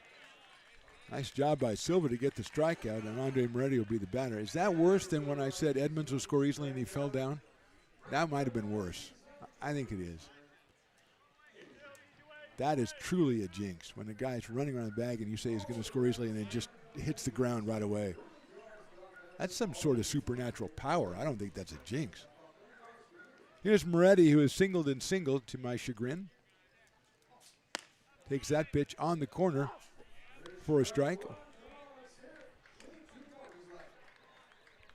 0-1. 1/3 of the way there. Some say 33%. Some don't.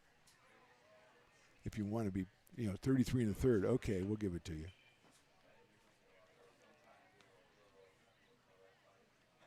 That moves him off the plate inside. Moretti coming to us from Cal State Monterey Bay.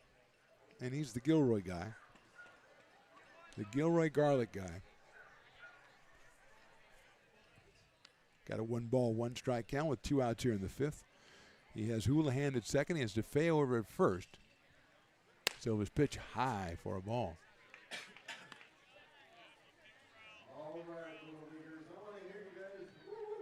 Two balls and 1 strike.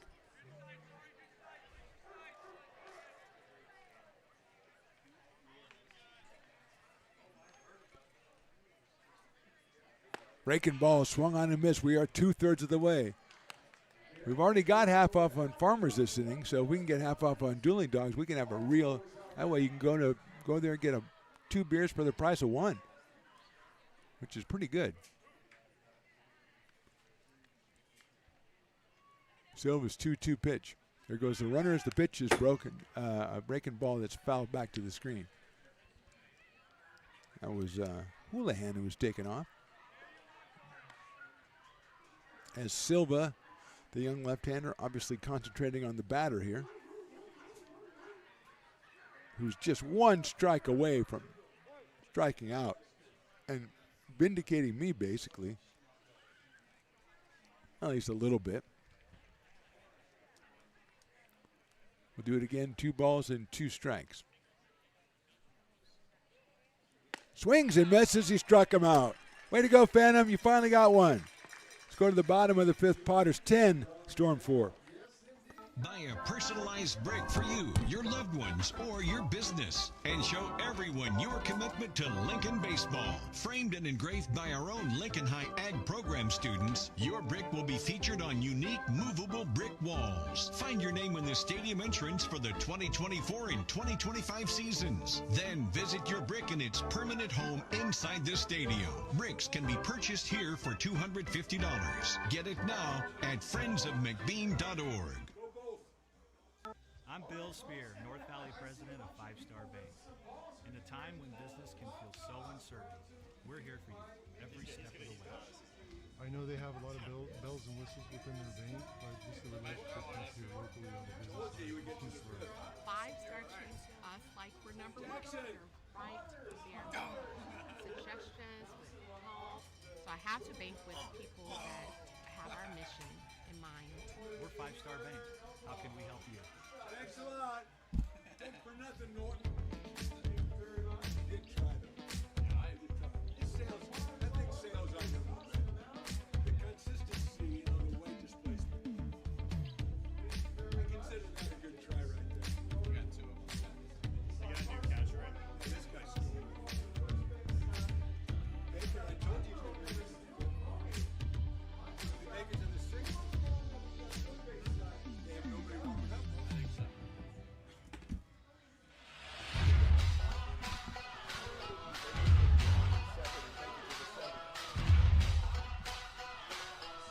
You would have.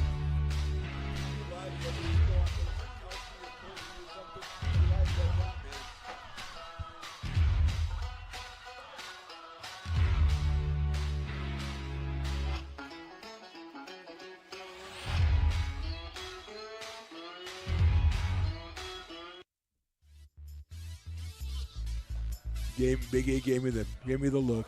You can't leave the mic on, Big A. Come on. Brady Dobson leads us off. We are in the bottom of the fifth. Terry Baker is still out on the mound. He came on in the second. He got through this, finished up the second, went to the third, gave up just one hit, just one run and one hit in the fourth. So he is into the fifth inning. And he'll face Dobson, who has walked, doubled, and popped a third.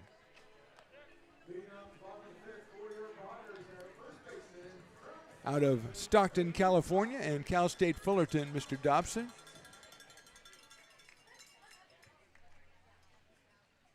He takes high for a ball. 1-0.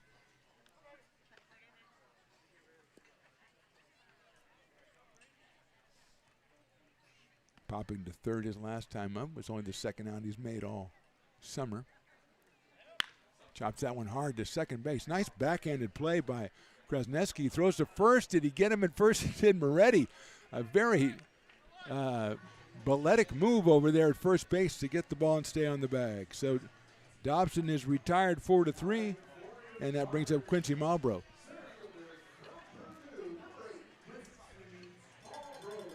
Quincy has grounded into a double play, singled and singled. He has an RBI on his 2 hits. He is 2 for 3 on the day.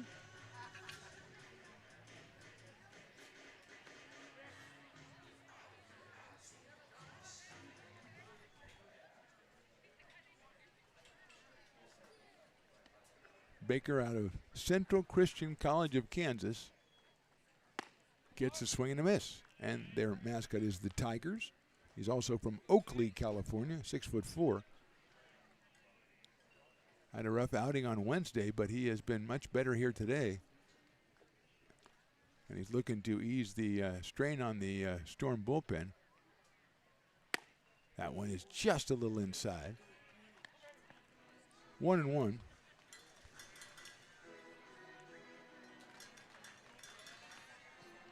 Aiden Diome will follow Quincy Malbrough here in the 5th inning for the Potters, who scored the bulk of their runs in the 2nd inning.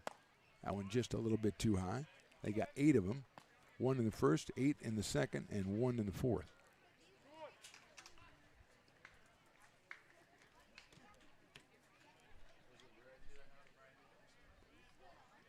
Two balls, 1 strike.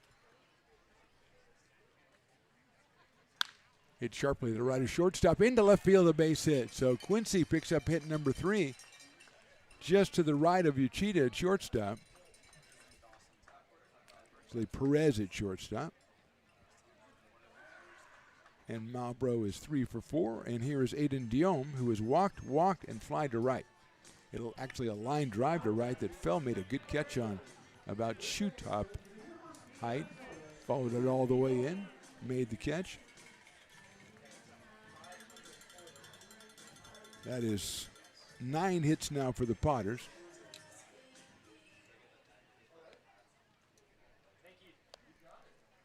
Good lead at first base by Quincy Malbrough.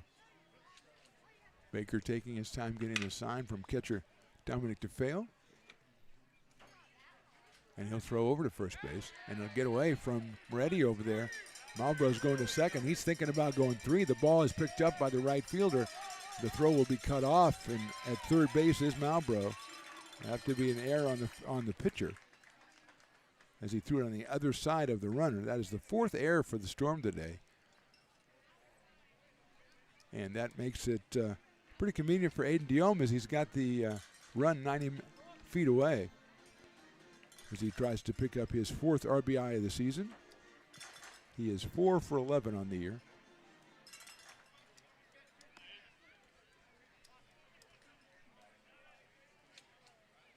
It's a ground ball up the middle, base hit into center field, and he does just that right away.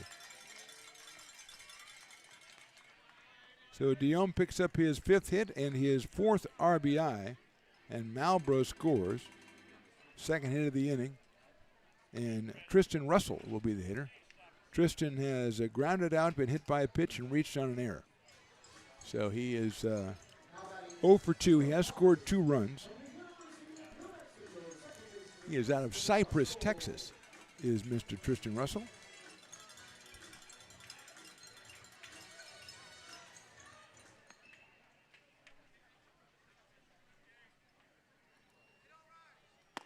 Check swing, and he went around. It's a strike. 0-1. Comes in at 3 for 9. Just joined the team back. I think he might have, first game might have been the first game against the Storm.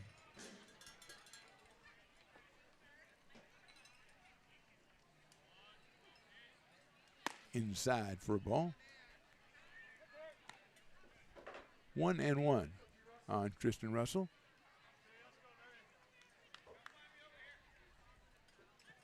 Outfield straight away, pretty deep, especially in right field. Fella is pretty deep out there for Tristan Russell. Takes inside again, almost got hit for the second time. 2-1.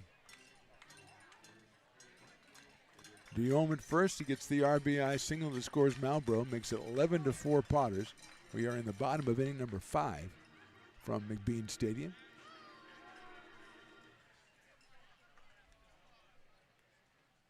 There goes the runner. It's hit high and well to center field. But Houlihan, now he's moving way back, and that ball is against the fence. Diome's going to stop at third because he thought it was going to be caught. And Russell, a tremendous blast, almost straightaway center field that just kept going and going. He's got himself a double. And the Potters have runners at second and third. I thought when he hit it and Houlihan was setting up in center field and it didn't look like he was far enough back and he just kept moving back and back. Not a lot of wind out there today. But, man, that one was a sky ball all the way out to the fence in right center. And it ends up being a double for Russell. And it'll bring up Luke Euler. Now this is, who is responsible for this? Waffle on a stick. Oh, they're evil people. They just come up here and give them to us. That's fantastic.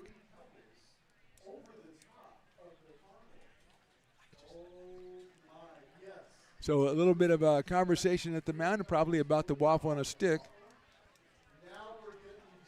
And then Luke Euler will be the hitter. Luke has a single. He has walked into a double play. Left-handed hitter out of Rockland, California. He's got 2 on for him.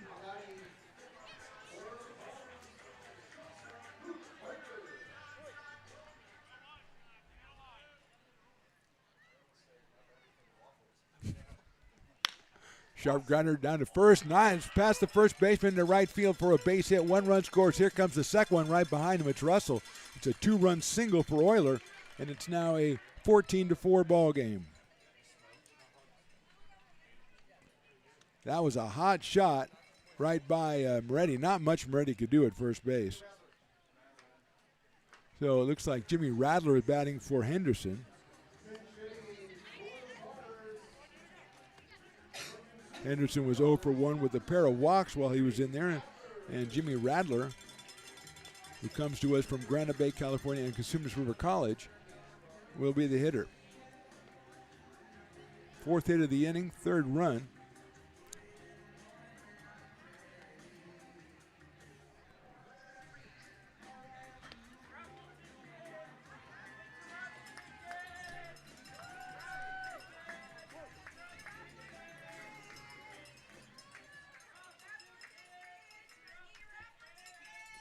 That one is high and outside to Jimmy Radler. Mason Belding, who came in for Cooper Smith behind the plate last inning, he will be next.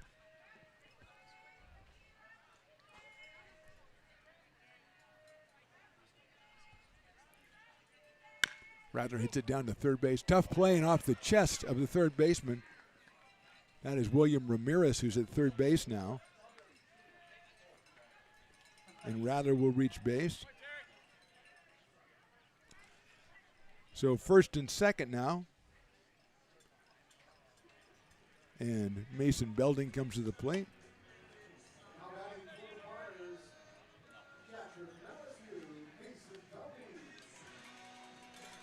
So Ramirez comes on at third base, number 17. And Belding comes up to the plate for the first time today.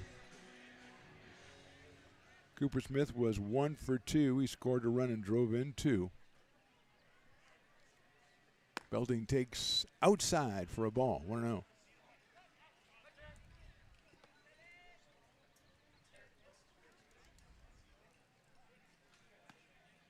Mason, big left-handed hitter out of Del Oro High School. And takes that one outside for a ball. Umpire looked like he was getting ready to throw the bicep into action there, but he didn't. It's 2 balls and no strikes.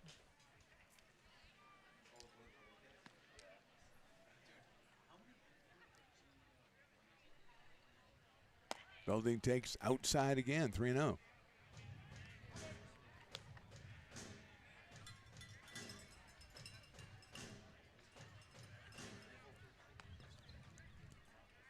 Landon Edmonds on deck. Belding swings and misses. Eyes got pretty wide. They're wide as saucers. And swung on and missed, makes it 3-1.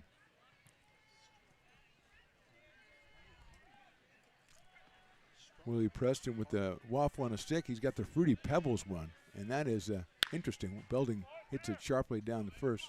What's the overriding taste on that one, Willie? Strawberries popping through the waffle. Okay. Yeah. Yeah.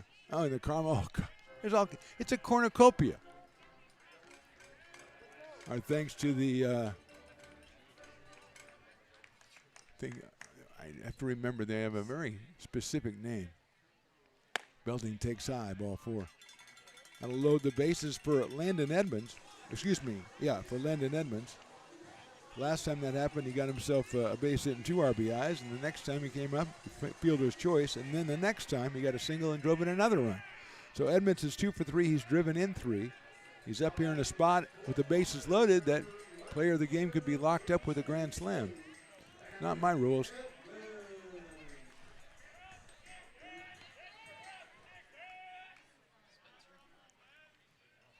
Baker delivers. Edmonds pops it up left side. Coming in the left fielder, Silicani, and he'll try to make the diving catch. Did he make the catch? I think he did. Tagging at third and scoring is Euler, and ball gets away, and here comes the second run. The tag is applied, and he's out at the plate. Radler is out at the plate, and that is the third out of the inning. I think everybody decides to leave. 1 run did score. Sacrifice fly for Landon Edmonds, and then the second runner, who was Radler, thrown out the plate. We go to the 6th, 14-4 Potters. Buy a personalized brick for you, your loved ones, or your business, and show everyone your commitment to Lincoln baseball. Framed and engraved by our own Lincoln High Ag program students, your brick will be featured on unique movable brick walls. Find your name in the stadium entrance for the 2024 and 2025 seasons. Then visit your brick in its permanent home inside the stadium. Bricks can be purchased here for $250. Get it now at friendsofmcbean.org. I'm Bill Spear, North Valley president of Five Star Bank. In a time when business can feel so uncertain, we're here for you every step of the way. I know they have a lot of bells and whistles within their bank, but just the relationship piece here locally on the business side is huge for us. 5 Star treats us like we're number 1. They're right there with suggestions, with help. So I have to bank with people that have our mission in mind. We're Five Star Bank. How can we help you? Hi, Bill Evans, president of the Placer County Association of Realtors. We're in our store, our conference facilities, an amazing team helps keep together an amazing organization. And we thank them all. This organization can't do what it does and can't run the way it runs without the help of so many members volunteering their time. The success of the Placer County Association of Realtors is largely dependent on our active volunteer members to help our organization and industry. The work of our committees greatly impacts our ability to champion efforts across the board and giving back to the Placer County community wherever we can. Like all service organizations, I wanted to serve. And getting involved with the affiliate committee was the perfect way to do that. I love being able to serve my community with my business friends and other leaders and give back to those who are in need. The thing I love about the PCAR committees is they all work toward the same goal of bringing the Crazy Piper Dance Contest. Willie Preston decides that number 32 Darius Jenkins is going to be the judge all of a sudden after the thing been concluded. And I applaud that choice. First batter is Mikey Melanudo, taking over for Krasneski.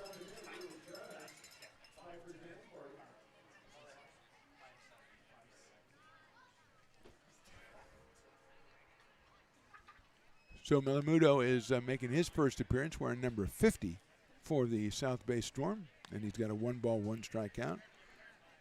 Krasneski was 1 for 2 while he was in there. He scored a run and drove in 2.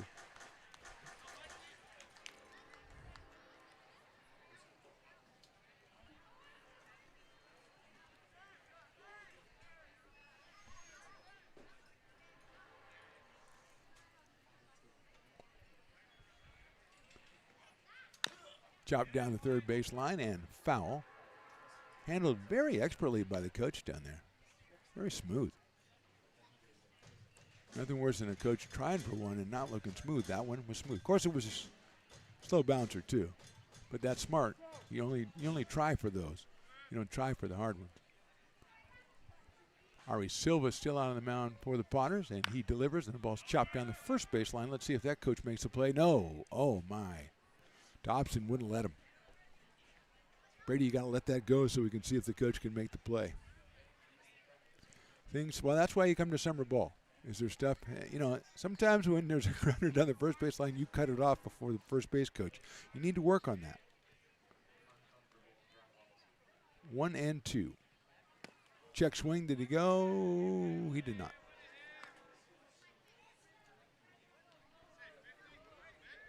Mikey Melanudo out of Aptos, California, uncommitted in his college choice. Swings and misses, and Silva gets a strikeout. His third since coming on for Drew Brown. And let's see, it's supposed to be Maxwell Silicani, but I have a feeling it's not. It's Jack Purcell.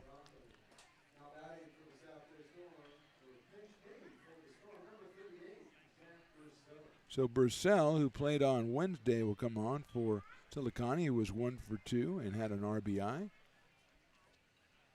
Purcell lifts one out towards second base. Going out, now coming in is Russell, and he makes the play. So 2 outs quickly here in the 6th. Purcell out of Bard College. So they have a guy in Bard College. Yesterday we had Shakespeare Taylor. Yesterday we had Shakespeare Taylor from the Lone Wolves. So a very erudite place. That'll bring up Tyson Blaschke.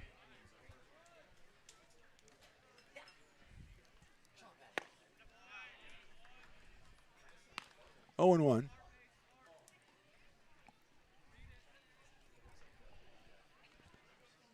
Well, he's still enjoying that waffle on a stick with the Fruity Pebbles on it. And that's popped up. Third baseman Diome is in foul territory, and he'll make the catch. So good inning for Silva, 1-2-3. We go to the bottom of inning number 6. Potters 14 in the Storm 4. Hey, Potters fans, want to keep restoring and renovating historic McBean Stadium? Now you can become a member of Friends of McBean. Annual membership start at $50. Become a member now at friendsofmcbean.org. When it comes to your home's maintenance and repairs, Jeffers Resource Group has you covered. Our handyman services offer a comprehensive range of expertise, from minor carpentry to drywall, electrical and flooring for property managers, landlords, and renters alike. We ensure that every job is completed to the highest standards, so you can have peace of mind. Contact us today to discover how Jeffers Resource Group can help keep your home in top shape.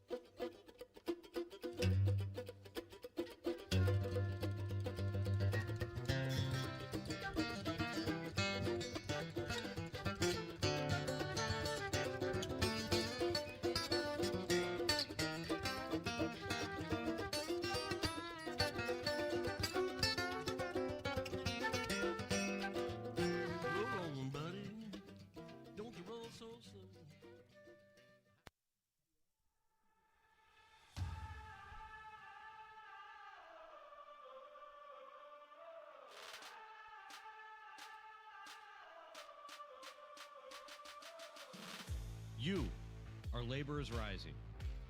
And now you understand where we came from, what solidarity means, and what we have ahead of us.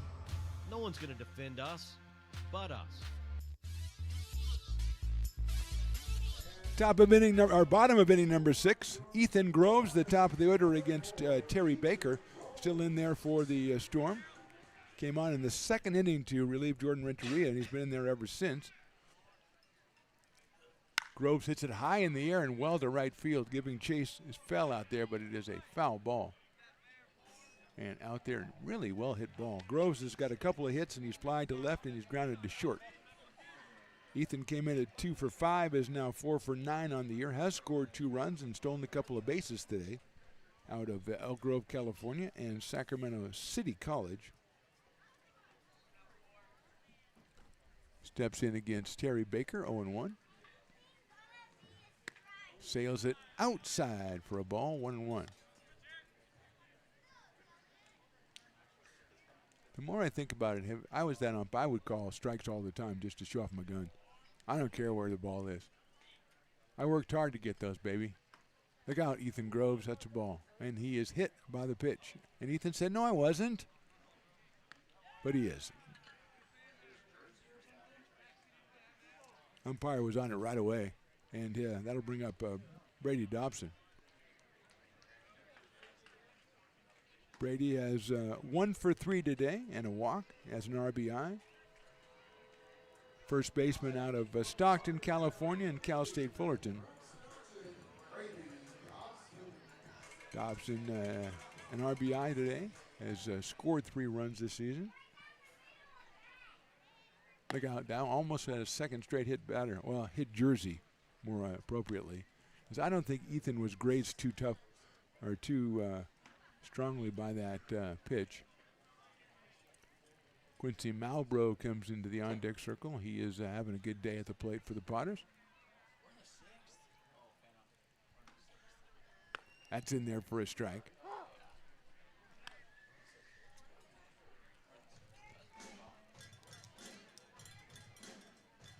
One and one.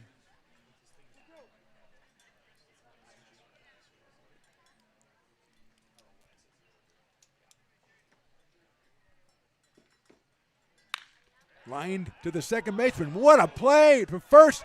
Doubles him up. No, doesn't double him up. What a play at second. That was fantastic. That is Melamanudo at second base. What a play. He jumps up, gets the ball, throws it to first. I thought there was a good chance he got him at first, but Groves gets back, and it brings up Malbrough, who was grounded into a double play, singled. He scored once, he's driven one in, and the coach for the Storm, he agrees with me. He said, I think he got him at first. And they're going to ask the home plate umpire if he has a better angle on it, which is just the way of bailing yourself out. Oh, I'll ask him if he has a better angle. No, they're going to single safe. Yeah, that's what they do. Yeah. If I was the home plate umpire, I'd go, dude, you were standing right there. Whatever you say is good with me. Unless I saw the guy's foot wasn't on the base in some case or something, I would say, come on, you were standing right there, bro. I can't hang you out to dry. In the umpire code, you can't hang a guy out to dry like that. So 1 out, bottom line, and Malbrough at the plate. As Dobson hit that ball very hard, and Melamanudo, I'm not going to say he got up really high to get it, but it was a good catch because that ball was really hit hard. Aiden Diome on deck.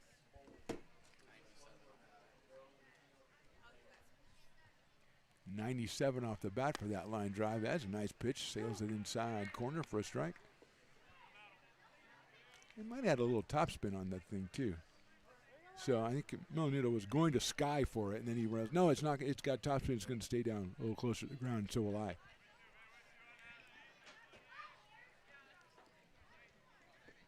Oh, and 2 on Malbrough. Grounder, foul ball. Nice play at third by Ramirez. Dove into foul territory. Some think it was fair when it crossed the bag. I don't agree. I thought it was foul. Ramirez got up and skipped one to first. That was a good play. Didn't count, but it's still a good play. If I'm scouting a guy, I would count it in my evaluation of him because he didn't know it was foul. He got up and threw it to first. Outfield, pretty deep for Quincy. Straight away. Hits it right back up the middle. He's got a 4-hit game.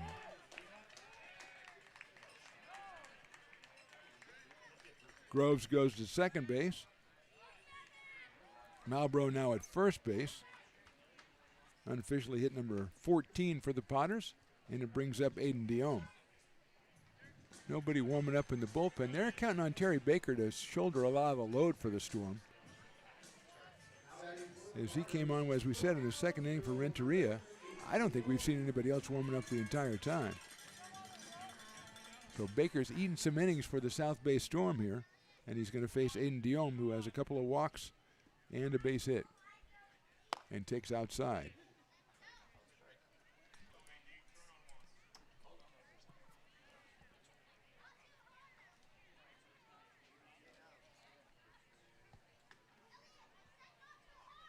Look out, that's inside. We'll say Baker has a very easy motion. He can probably throw all day. Doesn't look like he puts a lot of strain on the arm when he comes kind of 2/3, 3/4.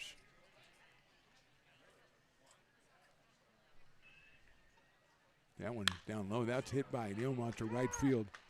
Bell moves over. He's got a beat on it. He, I think, catches it. No, he didn't catch it. He dropped it. He went down to one knee on it and dropped it. And I'm going to turn to my scorekeepers if you have to put that one as an error, I think, yeah. It will load the bases.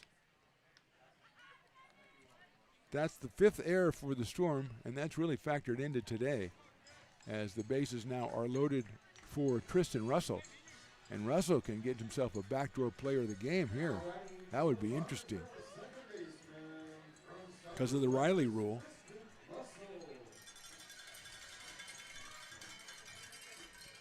So Russell has been hit by a pitch. He's reached on an error. He is singled and he is grounded out. Actually, he is doubled and he is grounded out. He hit a ball to center field that was one off the fence out there that mystified Houlihan in center field. So 1 ball and no strikes on Tristan. We're in the bottom of inning number 6. We have 1 out in the inning. And the bases are loaded here. Russell hits it to center field again. Houlihan's going back. That is off the base of the fence in center field. 1 run scores. Here comes the second. Diome's going to stop at third, and Russell has his 2nd straight double and a pair of runs batted in. Going to third was Diome. Potter score a pair on that one. Makes it 16-4, and it'll bring up Luke Euler. Russell showing a rare power to center field as he has hit 2 straight out there to the fence. That one on the base of the fence in center field, the batter's eye out there. The other one was a little bit to the right, or to our right of that. And here's Euler. That is in there for a strike. Euler has a single. He has 2 singles and a walk. He's driven in 2. He scored 1.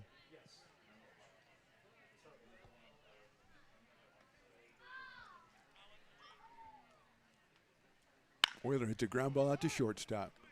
Perez has it, bobbles it, goes to first, and he's safe. Diome scores. It'll be an error on the shortstop. He will get the RBI, though, because he was going to score anyway. Going to third is Russell. 2nd error of the inning, 6th of the game for the Storm. Potters put another run up on the board, and that'll bring up Jimmy Radler. So not doing Baker any favors out there as defense as they dropped the ball in right and missed the ball at shortstop. He could easily be out of this inning. Instead, he's got Radler with runners at first and third. Radler takes a ball.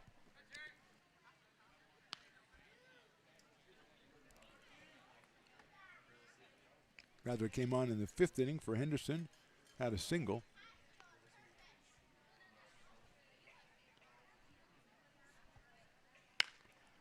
Squirts out at the second base. Muto with the play, and going back to third is Russell.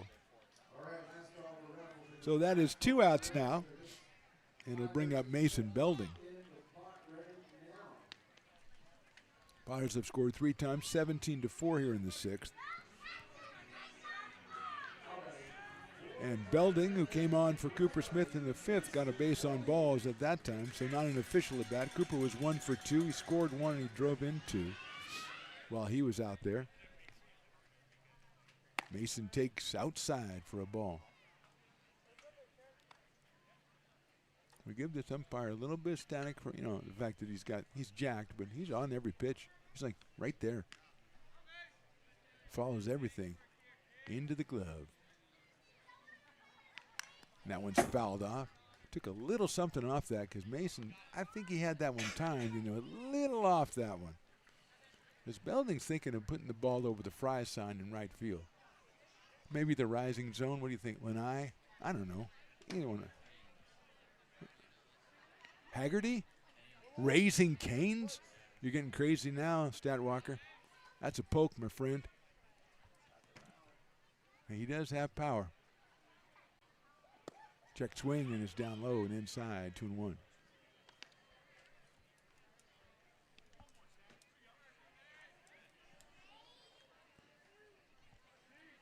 Terry Baker, the right-hander, on the mound.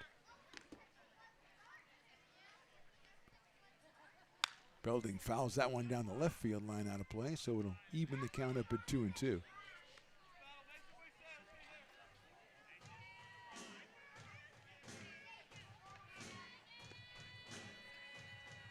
Little shaved ice action right there.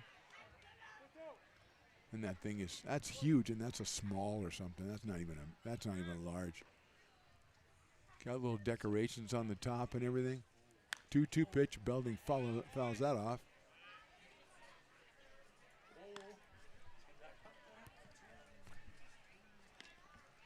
Two balls and 2 strikes. We look at first base. We got Luke Euler. Over at third is Tristan Russell.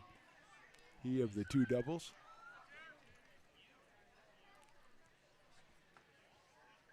Belding hits it out to center field. Houlihan comes over and he somehow makes the catch with his bare hand after he flipped it up with his glove hand. That's like a Savannah Bananas play right there. And that's the end of the 6th. We go to the 7th. Potters on top, 17-4. Potters fans want to keep restoring and renovating historic McBean Stadium? Now you can become a member of Friends of McBean. Annual membership start at $50. Become a member now at friendsofmcbean.org. This job is the Esplanade Turkey Creek phases 4 and 5. Our scope of work for this project is full scope, so we've got all the underground, all the joint trench, and all the top side included with it. We're putting in sewer pipe, manholes. We're not doing services yet. We go through and do all the main line, and then we come back and do all the services after that. I would say this project right here, the one we're working on, is probably about a 2-month project. It's very costly to the developer, so beating the schedule is very important, more important than most projects. It's got a lot of groundwater, so we've got an extensive groundwater pump system in place. It's just cool to be a part of the built environment and know that for the next 100 years that people are going to use and enjoy what we've created here today.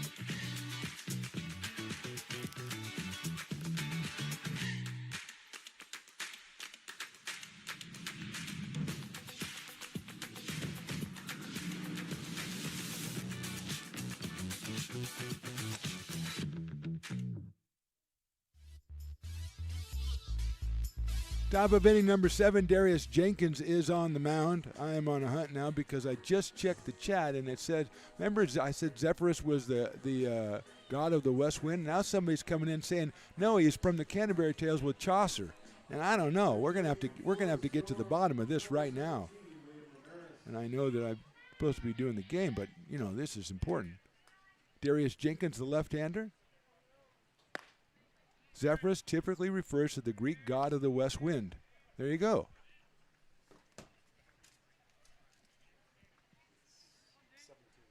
This is William Ramirez, who came on for Yang, and he lines it down the right field line. Groves gives Jason. Ethan's right there for the out. Ramirez hit it very well, but he is retired on a fly ball to right field. Yang was 0 for 2 with a walk while he was in there, and that'll bring up Perez. Carlos Santiago Perez, who came on for Uchida in the 5th and grounded back to the pitcher. So Mr. Canterbury Tales, Greek mythology, known as the god of the gentle west wind, Zephyrus or Zephyr, which begs the question again, Big E, why do the Concord Zephyrs have a beaver as their logo when they've got the god of the west wind? I mean, come on.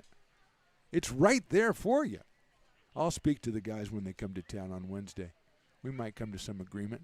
Jenkins delivers a nice-looking fastball, 84 for a strike against Perez. Nolan Houlihan is scheduled next, but I think we've got a explosion in the booth here. Mad Max just went crazy for some reason. There's a strike.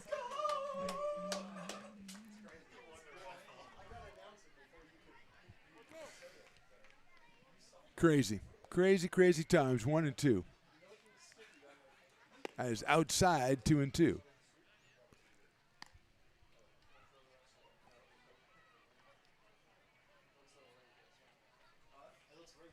Jenkins, the third pitcher. Ari Silva, very impressive while he was in there. Swung on and fouled in the catcher's glove, and that's a strikeout. So 2 quick outs here in the inning. And Silva, 2 innings, no hits, no runs, 2 walks, and 3 strikeouts. So Ari was very impressive in his debut. He did have the back-to-back walks, but then had back-to-back strikeouts. Evan Tavares is going to be hitting for Houlihan.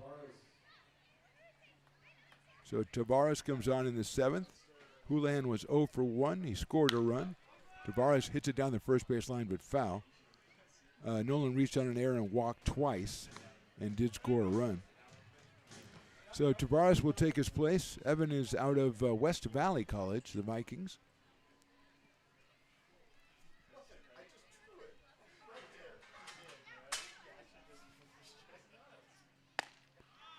In there for a strike. 0-2 quickly. Darius Jenkins looking very lively with that fastball. I mean, he judged the dance contest an inning ago, and he comes out to pitch. This guy's good. That's lined to center field in his tracks. Picked off by Malbrough, and that's the inning. So 1-2-3 for Jenkins. Let's stretch out a little bit, Potter fans, and go to the bottom of inning number 7. You're up 17-4.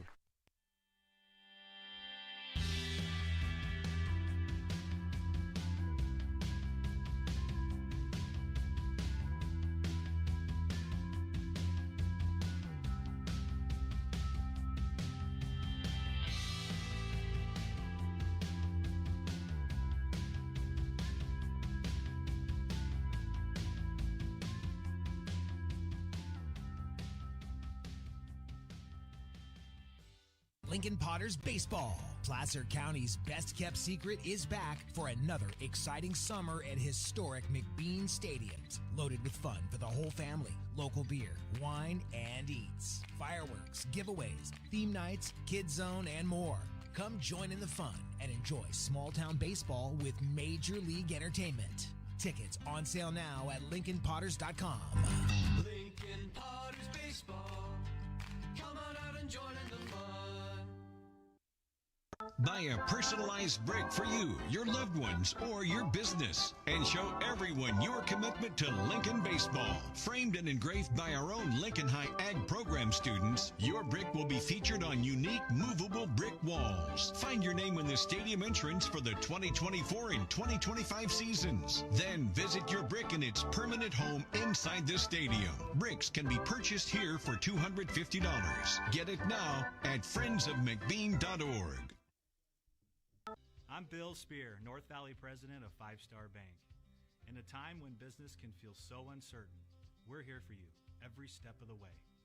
I know they have a lot of bells and whistles within their bank, but just the relationship piece here locally on the business side is huge for us. 5 Star treats us like we're number one. They're right there with suggestions, with help. So I have to bank with people that have our mission in mind. We're Five Star Bank. How can we help you? Bottom of inning number 7, Landon Edmonds will lead it off against the third pitcher for the Storm. It's number 1, Rowdy Moore out of Colusa, California. Terry Baker did yeoman's work today with 5 innings, gave up 9 hits, and would have fared better in the run category, but his defense let him down a little bit with 5 errors over his stint. So he eats up the innings, and now it's Rowdy Moore against Landon Edmonds. Edmonds takes a strike. He has singled in 2 runs, hit into a fielder's choice, singled in another run, and hit a sacrifice fly. So 4 RBIs for Edmonds on a pair of base hits and a sac fly. Line drive, that is a fair ball down the right field line. Edmonds rounds first. He's thinking 2. He's going to. The throw comes in and won't be in time. Edmonds, have yourself a day, young man. He grabs a double for his 3rd hit, and he's at second with nobody out here in the 7th. And he'll bring up Ethan Groves, the leadoff man and right fielder. Edmonds just perfectly placed that one down the line. So he is 3 for 4 with 4 runs batted in. Here's Groves, who is a couple of singles. He's been hit by a pitch, flied out and grounded out. Has scored 3 runs here today. Rowdy Moore delivers. Wanted to say Rowdy Yates. You know who Rowdy Yates is, Big E? He's a character on, I forgot the, no, it was a character on the one that Clint Eastwood was in, Rawhide. He was on Rawhide, Rowdy Yates. Inside, 2-0. I didn't expect you to know that one, Big E, but I did think you would know The Exorcist. You never seen The Exorcist? No. Well, it is a long ago movie. Like 50 years, 50-something years. Timeout as the ball comes out of the bullpen, as it often does here. Usually the fault of the home team. Ethan Groves passes the time by chatting up the umpire. Brady Dobson on deck. Renteria started, then Baker, now Rowdy Moore, and he delivers a strike. 5'9", 165 for the young man out of Colusa. We are in the bottom of inning number 7 here from McBean Stadium on a lovely afternoon for some baseball. We've seen some baseball here today. That's crushed to center field. Houlihan goes back. He's got room. He makes the catch. The tag is at second. Edmonds is going to be in at third base on a really fine throw from center field.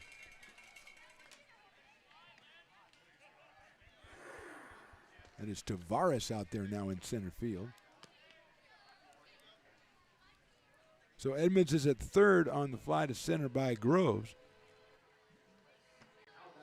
And Brady Dobson is the hitter. He's walked, doubled, popped out, grounded out, and lined out. So 1 for 4 for Brady in this one. Quincy Malbrough on deck. Sails that one high and outside.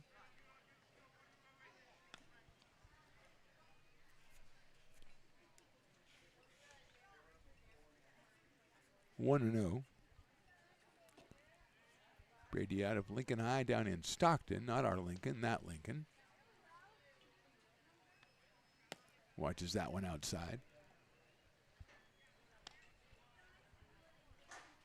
Potters have a couple days off after this one. They'll be back on Wednesday. We got a 6:35 first pitch. Big E will be here. I'll be here. Hopefully the Stone Man will be back. Actually, Big E, you won't be here, huh? You got to go to some kind of fancy get-together or something where people get caps and gowns and things of that nature. Are you getting one? Oh, congratulations, dude. That's awesome. from the Broncos. Does a Bronco diploma count?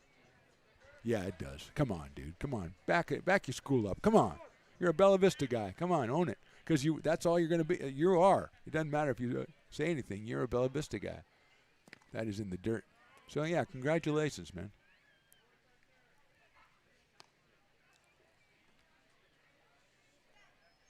Three balls and one strike on Dobson. Rowdy Moore on the mound. Behind the plate is DeFeo. Dobson takes ball 4. So 2 on and 1 out. And Quincy Marlboro, who's got a bunch of hits today, 4 of them to be exact. He's 4 for 5. He's scored twice. He's driven in a run. He was 0 for 4 coming in, and he's kind of making up for that today.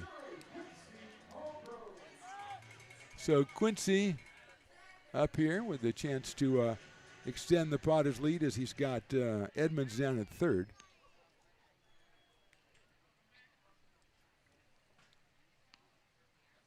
And Quincy takes down low for a ball.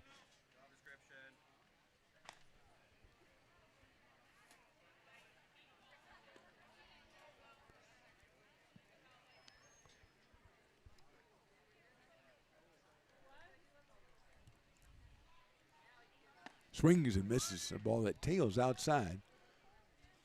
Evens the count up at 1-1. Willie Preston, did he get done with that Fruity Pebble waffle? Yeah, he got it. He put it away. Yeah. Oh, yeah. Oh. Ooh. Gonna have to do an autopsy on that, man. That thing is messy. Marlboro rips it into center. That's hit number 5 for Quincy. He's got himself another RBI. And the Potters put on the 18th run of the game. That ball was stung right to center field. Potters with a pair of hits in this inning and another run. Stopping at second base was Dobson. And that brings up Aiden Diome. Walk, walk, fly out, single, fly out.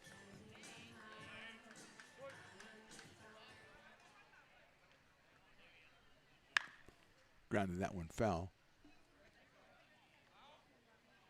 He actually reached in the 6th inning on a ball that the right fielder dropped.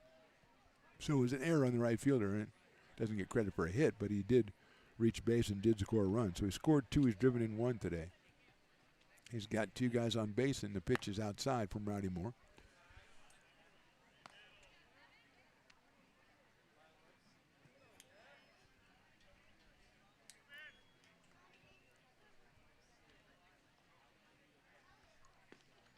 That one also outside.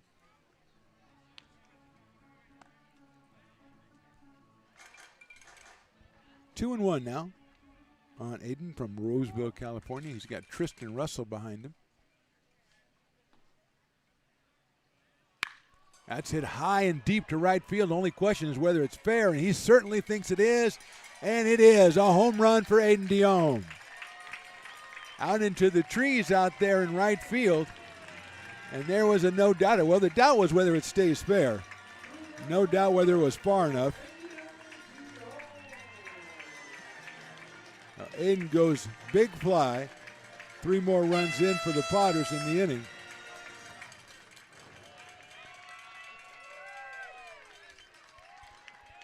And that makes it 21-4 for the Potters. He got, I would say, most, if not all of that one. It'll bring up Tristan Russell, who said, hey, the last 2 times I was up, I hit the center field fence. And Aiden's like, dude, hit it to right, man. Right field is easy. And which is good instruction. Showing direction by doing. Just do what I do, not what I say. So Tristan has grounded out, been hit by a pitch, reached on an error, and has 2 doubles.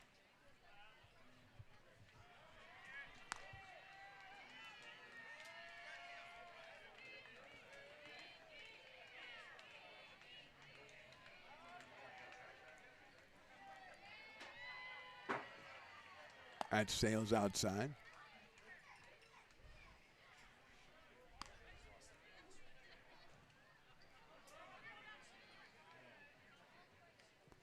I got no numbers from my people on that home run.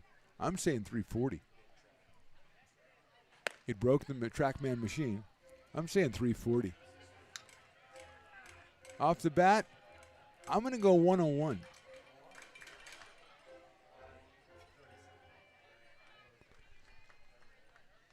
Monchengal, I believe, is about 33 on that one, if I'm correct. There's a strike on Russell.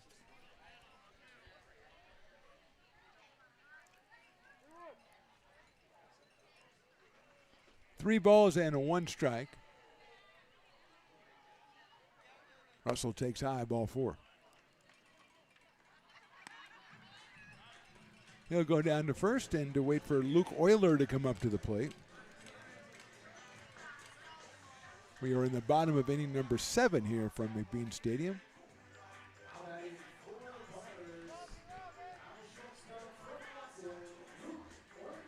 Luke has singled, hit into a double play, walked, singled, and reached on an error. He has 3 runs batted in on the game to give him 7 for the season. So he's pounding up the RBI as Luke Euler out of Rockland, California, and UNR. Swings and misses from Rowdy Moore. 0-1.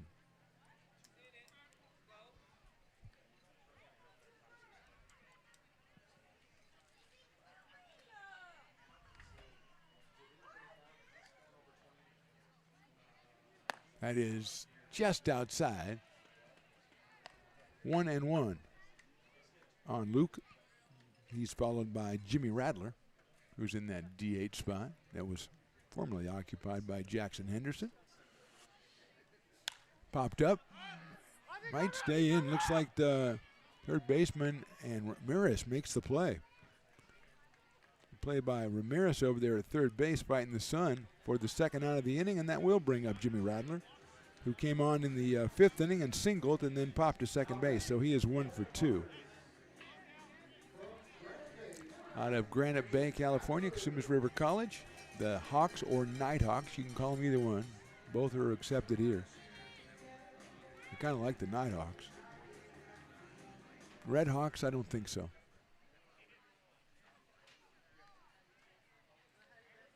Pops that one up right side, giving chase at first base.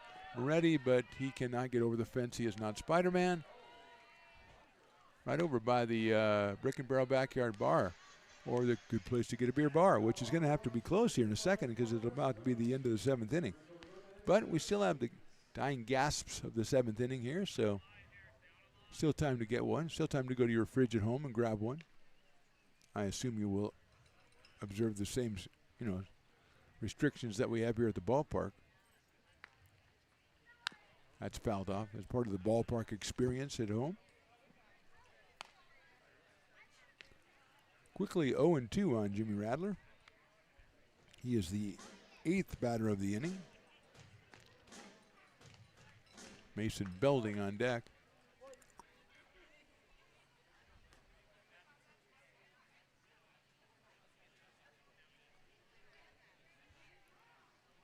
Oh, 2 swung on and missed. He got him on strikes. Potters score 4 more. We go to the top of the 8th. It's 21-4 Potters.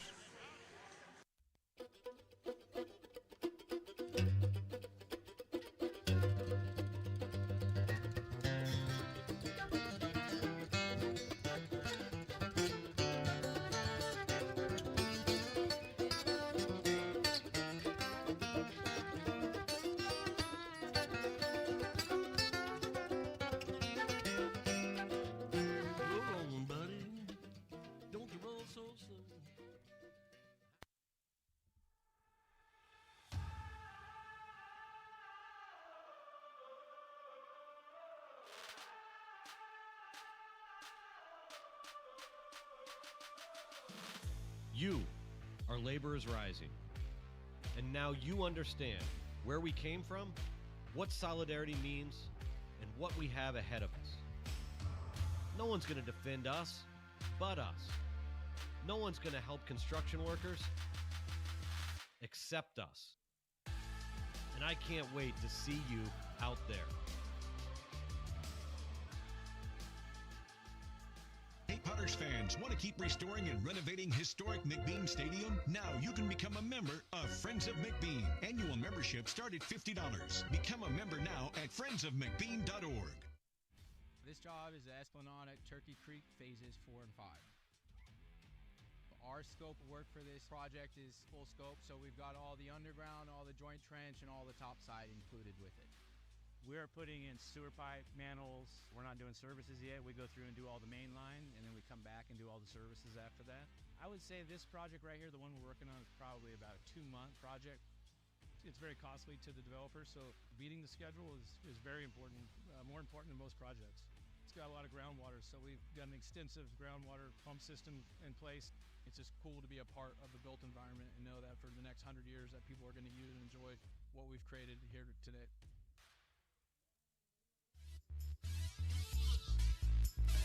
Top of inning number 8, Potters on top at 21-4. Jacob Gergen is the new pitcher for the Potters, taking over from Darius Jenkins. When I don't know if it's ironic or coincidence or whatever, but his parents are in the best seats in the house, so that works out pretty good because they get to see him really, really well. Jacob is out of Albuquerque, New Mexico, and the University of New Mexico, which is why Dad has a Lobo shirt on. I kind of figured that out on my own. Dominic DeFeo will be the first hitter to face him here in the top of the 8th. Jenkins, 1 inning, no hits. He struck out 1. Got a couple of fly balls and a strikeout.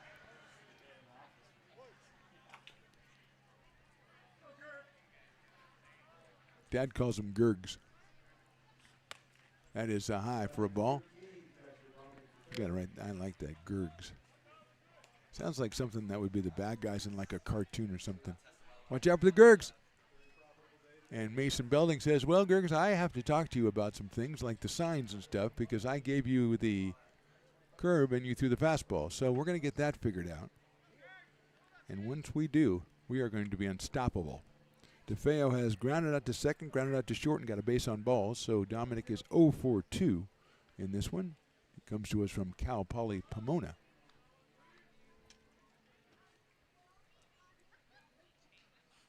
Hits that one right back up the middle into center field for a base hit.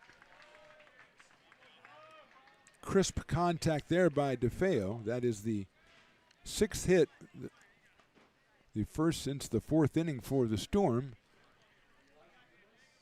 And Elijah Damaris is the hitter out of Diablo Valley College. He will bat for Fell.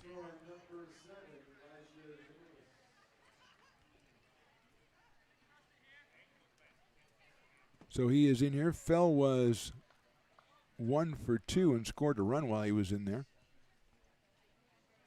Gergen's fastball is outside.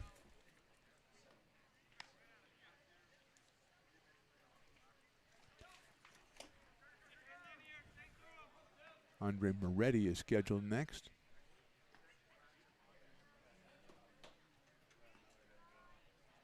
Gergen's pitch is down low for a ball. 2-0, and that is Moretti in the on-deck circle. More cowbell. We've got a few cowbells still hanging out here at McBean Stadium as this one moves into the top of the 8th inning. DeFeo leads it off with a single, and Elijah Damaris is the next hitter. He is 2 balls and no strikes. He has 3 balls and no strikes. Elijah out of Diablo Valley College, Livermore, California.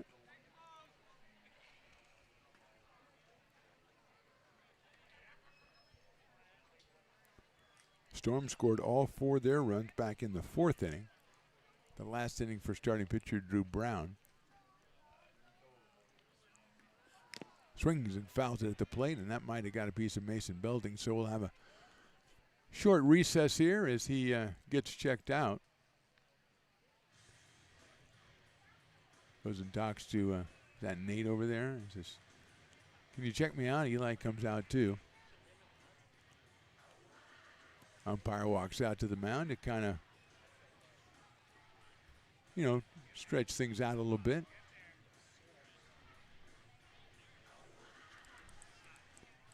Willie plays some wild rock music to try to pass the time.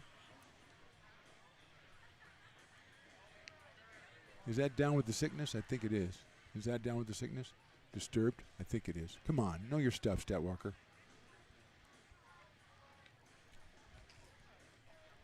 Statwalker is just he and Big E are amazed because the Giants have scored.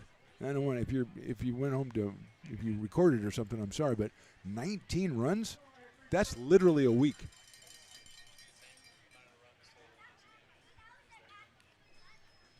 Wow, 19-6, 21-4. Are we in a parallel universe with the Gergs? So Demiris with a 3-ball, 1-strike count, and Mason Belding has returned to action as we marvel over the Giants scoring 19 runs. That is ball 4. So 2 on, nobody out here in the 8th inning, and Andre Moretti, who has a pair of hits and a strikeout, will come up to the plate. He was the Dueling Dogs batter and thwarted us at every turn until his 3rd at bat when he struck out. Maybe at home he can still be the Dueling Dogs batter. We can't do it here at the park, but at home maybe we can. Moretti scored one of the runs in the 4th inning. It's out of Cal State Monterey Bay. Gergs delivers a nice off-speed pitch in there for a strike. And Moretti is the garlic guy out of Gilroy, California.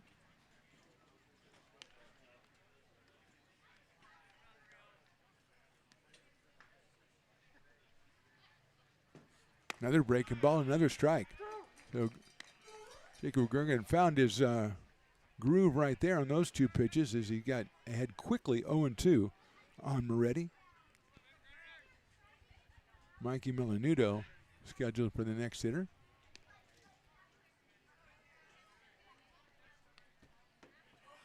Tries the fastball, catches the outside corner, ring him up.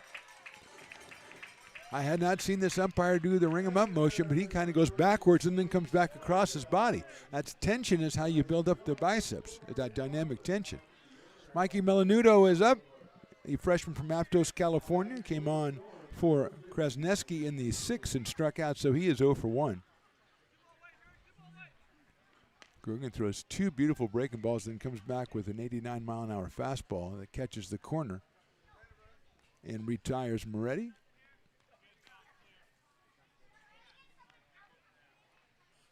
That one's hit well to center field. Coming in and now going back as Marlboro. He won't get there. It's over his head, up against the fence.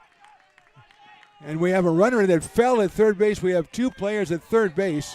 So it's going to get crowded as Mason Belding says, I'm running you guys off. Now I'm running the other way. They got him in, and the guy's coming home to throw to the plate. He's tagged out at home.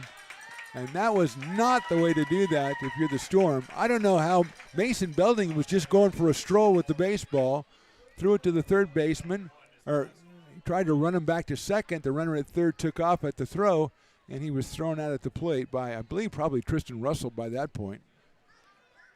So DeFeo is out at the plate with a whole bunch of numbers. It is we'll call it a single. I think we'd have to call it a single. Demiris ends up at third base. Milanudo really put a charge in that one. He ends up at second base. But the problem was is they had to wait and see if Marlboro was going to catch it, and when he couldn't, coming around third base, DeFeo just took a tumble. Breaking ball in there for a strike. We've got, that is Jack Purcell, who came on and popped up in the 6th inning.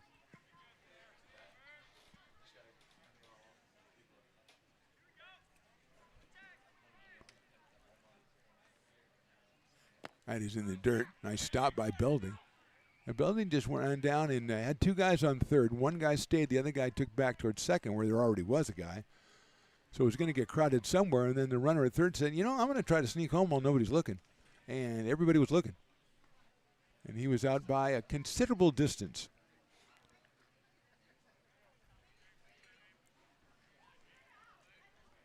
One and one now. Misses outside, does Gergen. 2-1. Tyson Blaschke is scheduled next.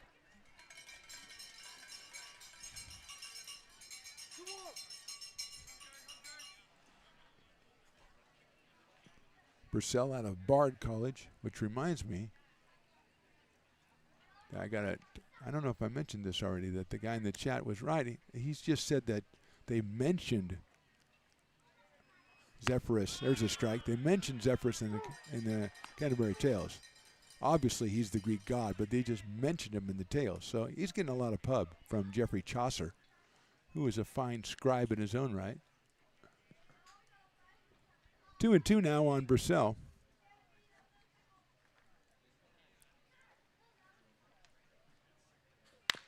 Chopper out towards shortstop. Euler has to wait for it. Goes across the diamond and gets him at first base. So Gergen escapes the inning somehow. We'll go to the bottom of the eighth. Potters up big in this one.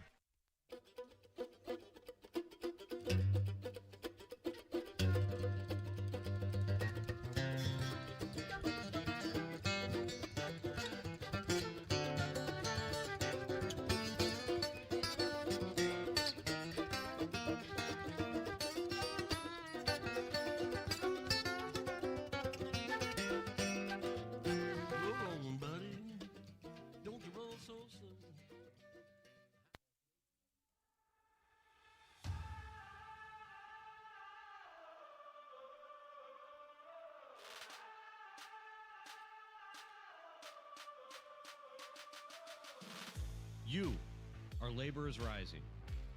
And now you understand where we came from, what solidarity means, and what we have ahead of us.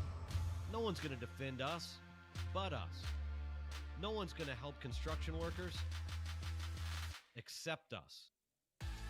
And I can't wait to see you out there.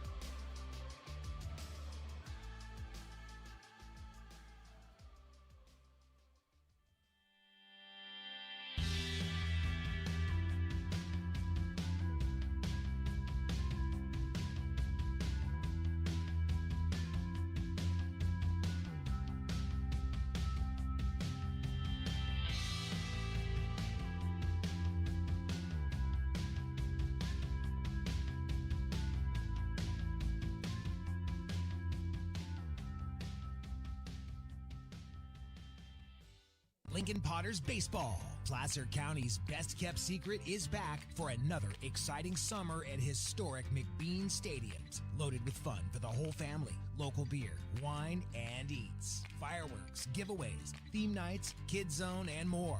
Come join in the fun and enjoy small town baseball with Major League Entertainment. Tickets on sale now at LincolnPotters.com. Lincoln Potters Baseball. Come on out and join in the fun. Bottom of inning number 8. Rowdy Moore is back out on the mound for the Storm, and he'll face Mason Belding, Landon Edmonds, and Ethan Groves. And Belding takes a strike. So 3 left-handed hitters against the right-hander Moore, who is the third pitcher for the South Bay Storm in this one. Belding came on in the 5th inning, got a walk, and then flied to center, so he's 0 for 1 so far. Takes that one high and outside. 1 ball and 1 strike. Potters with 8 in the second, kind of solidified this one. Storm came back with 4 in the 4th, though, and then the Potters with 4 in the 5th and 3 in the 6th, and then 4 more in the 7th. Belding takes the ball, 2-1. Mason out of Del Oro High School and Grass Valley, California. LSU for the college. Left-handed hitter. Came in at swings and misses. Actually, he came in the game for Cooper Smith. As we said back in the 5th inning, Cooper was 1 for 2. The run scored and 2 runs driven in, so he had a good night or good day at the plate and behind the plate as well. 2-2 on Mason.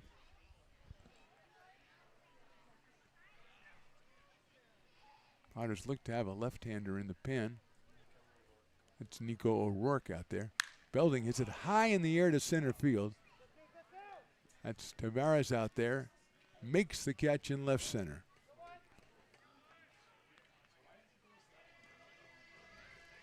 So Belding flies to center for the first down.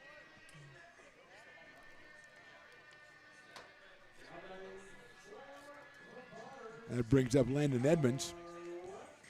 Edmonds has singled in 2 runs. He had a fielder's choice. He singled in 1 run. He had a sacrifice fly, and he doubled. He has scored 2. He has driven in 4.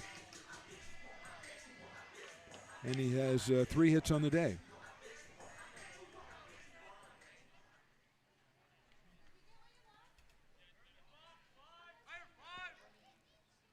Edmonds takes high for a ball.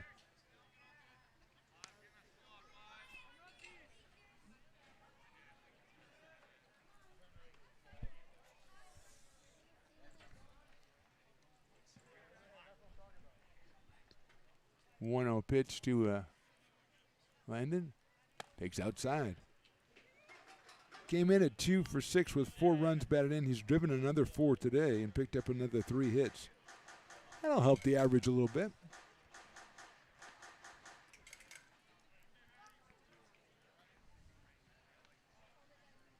Two and 0.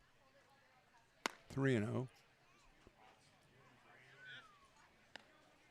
Edmonds in the swinging mode up there. When you got a couple of knocks to your name, you go up there, you gotta let that bat fling, man. If it's over your head, swing at it. That's what I'm saying. Just to get yourself another pitch. That's the plan. That's what E would do. Well, unfortunately, he didn't do it. Of course, we don't have to, we can just say whatever we want. We don't have to worry about it. He's on base for the 1, 2, 3, 4th time today. He goes down to first with 1 out and brings up the top of the order, Ethan Groves, who singled twice, been hit by a pitch, flied out twice, and grounded out once. So he's been up a lot. This is his 7th trip to the plate. He is 2 for 5 with a hit by pitch. He makes 7 appearances at the plate. That's a lot of appearances.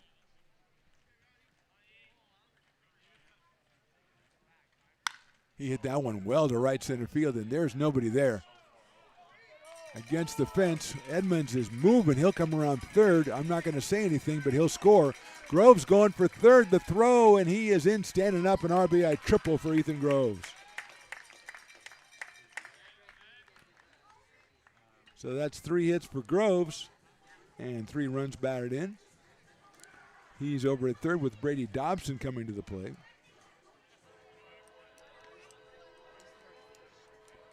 That ball was just hit very, very hard, very, very far to an area where there was nobody standing, which is a good combination if you're the Potters. Dobson has walked, doubled, popped out, grounded out, lined out, and walked again. RBI and a run scored for Brady today. He was 4 for 5 coming into today.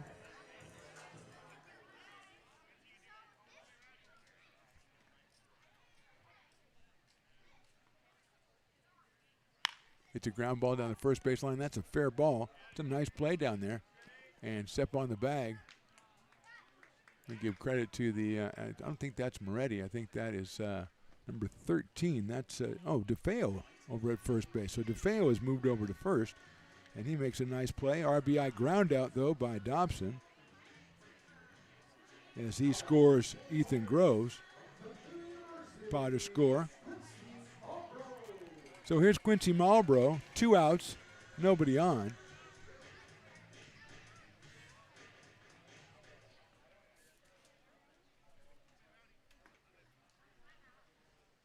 He takes the ball down low. So DeFeo, who was catching, is now at first base. We'll see who the catcher is. It's kind of tough to tell the numbers with all the equipment and the umpire in the way, if that guy can move. Come on, ump. Move over. Doesn't matter. I see it perfectly. I can't tell what number it is. Marlboro takes a strike. 1-1.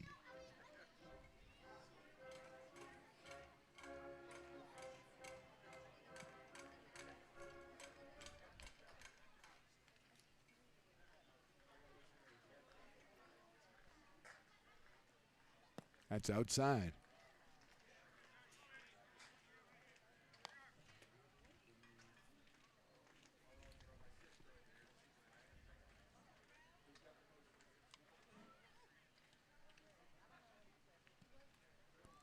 Two balls and 1 strike on Quincy.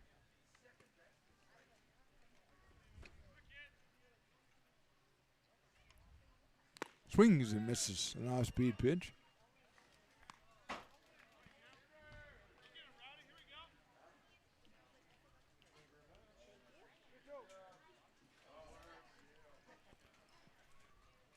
2-2 now.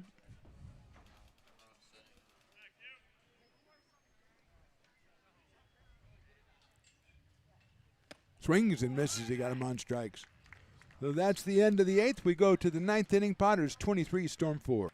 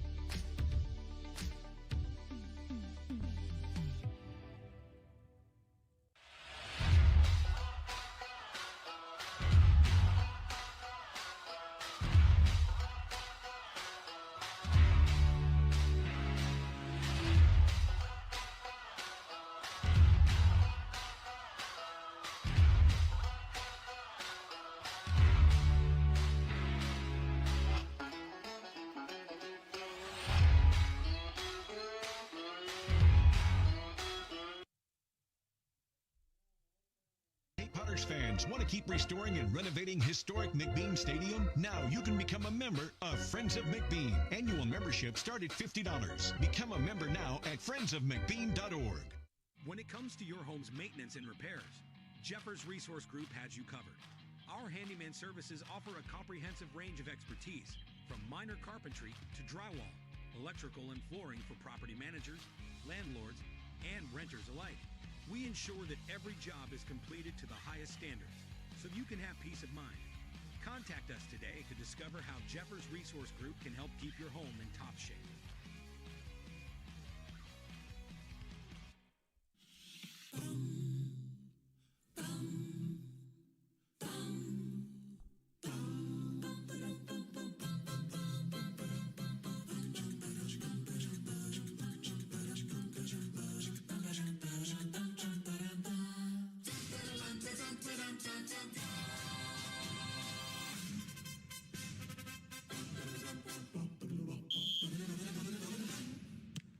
Fans want to keep restoring and renovating historic McBean Stadium? Now you can become a member of Friends of McBean. Annual membership start at $50.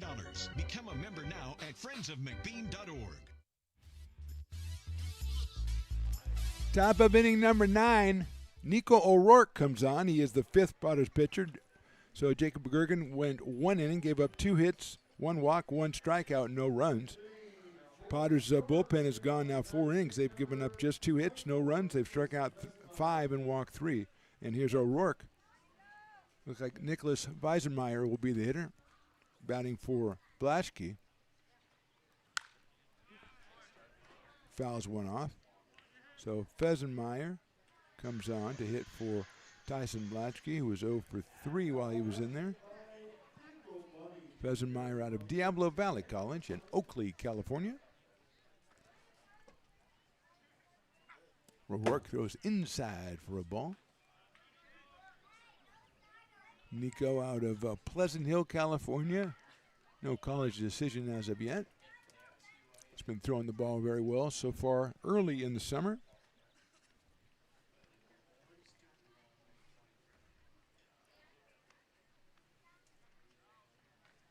That one sails high and outside at 86 for O'Rourke. Weisenmeyer wearing number 24 for the Storm.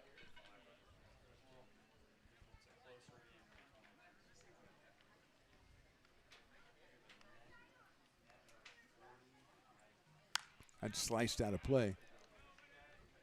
2 balls and 2 strikes now on the pinch hitter, Nicholas Weisenmeyer. He's followed by William Ramirez and then Carlos Santiago Perez for the Storm. Wrapping up a 2-game visit here to McBean Stadium, which hasn't treated him very well. That's lined into center field. That's a base hit.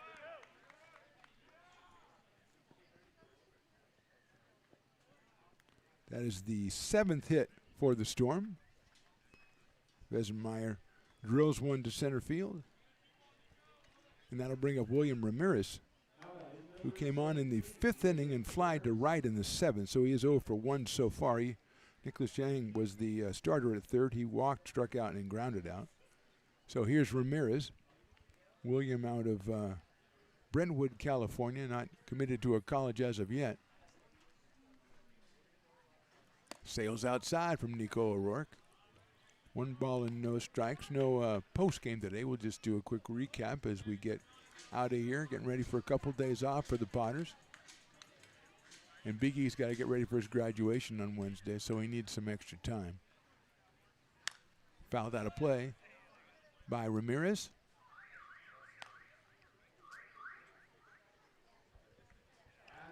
One and one on William.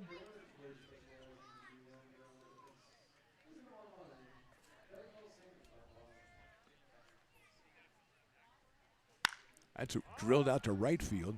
Groves got it under control, and he'll return in the infield momentarily. So 1 out here as Ramirez hit the ball well, but finds Ethan Groves in right field, and that brings up Carlos Santiago Perez. Well, I think the South Bay, as opposed to the game on Wednesday, they pitched the ball a lot better today. Baker was pretty effective, I thought. He threw 5 innings out there, but their defense really let him down to the tune of 6 errors. And it seemed like most of them factored into some scoring, too. There's a strike to Perez. He came on in the 5th, he grounded out in the 5th and struck out in the 7th. Uchida was 0 for 2 while he was in there. Connor with the shortstop out of Dartmouth.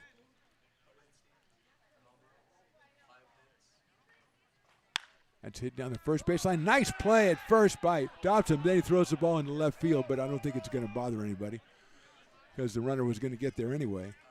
But it was a great play by Dobson to step on first and get Perez. And first of all, it was a great play to flag the ball and then step on first. His throw to second was high, but it was backed up by Edmonds in left field. And so with 2 outs, we've got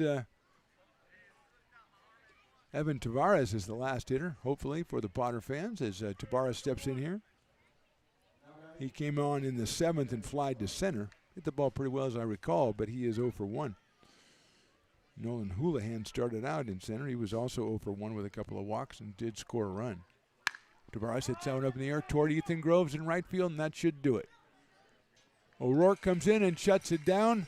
1 hit, no runs, and that is our ball game. Our final score, the Potters win this one 23-4 over the Storm. Our winning pitcher is the newcomer Drew Brown. Jordan Renteria is our losing pitcher. Want to shout out a couple of players. Ethan Groves was 3 for 6 with 4 runs scored.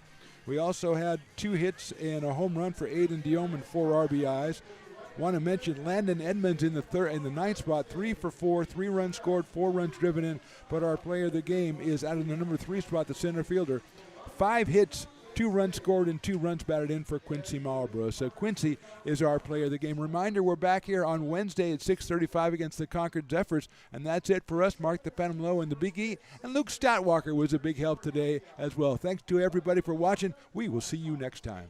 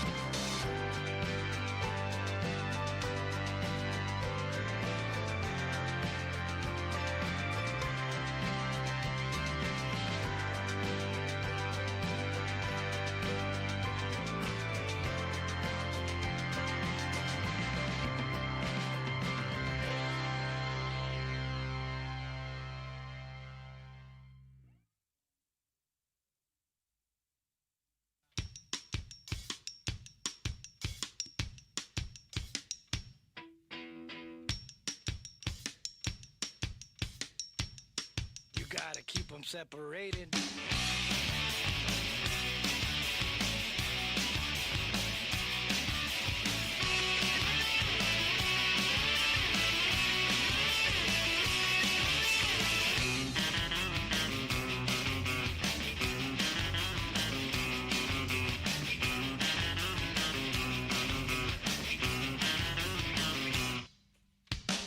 Like the latest fashion, like the spreading disease. The kids are strapping all the way to the classroom, getting whippies with the greatest of ease. They can't say gather all, gather slow down. They get to slapping and it's all of a pound. And one guy's got us and the others told me they're gonna bash it up, bash it up, bash it up, bash it up. Hey, man, you're talking back to me. Take your mouth. Gotta keep them separated. Hey, man, you're disrespecting me. Take your mouth. Gotta keep them separated. Hey, don't pay no mind. We're under 18 and won't be doing any time. Hey, come out and play.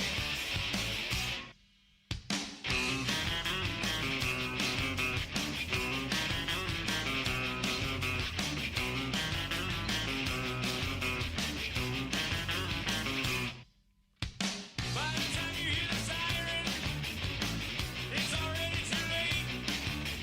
One goes to the morgue and the other to jail. One guy's wasted and the other's a waste. It goes out of saying 1,000 before. No one's getting water, no one's running the store.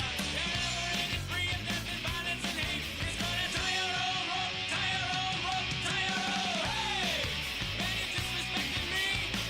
Take your mouth. Gotta keep them separated. Hey!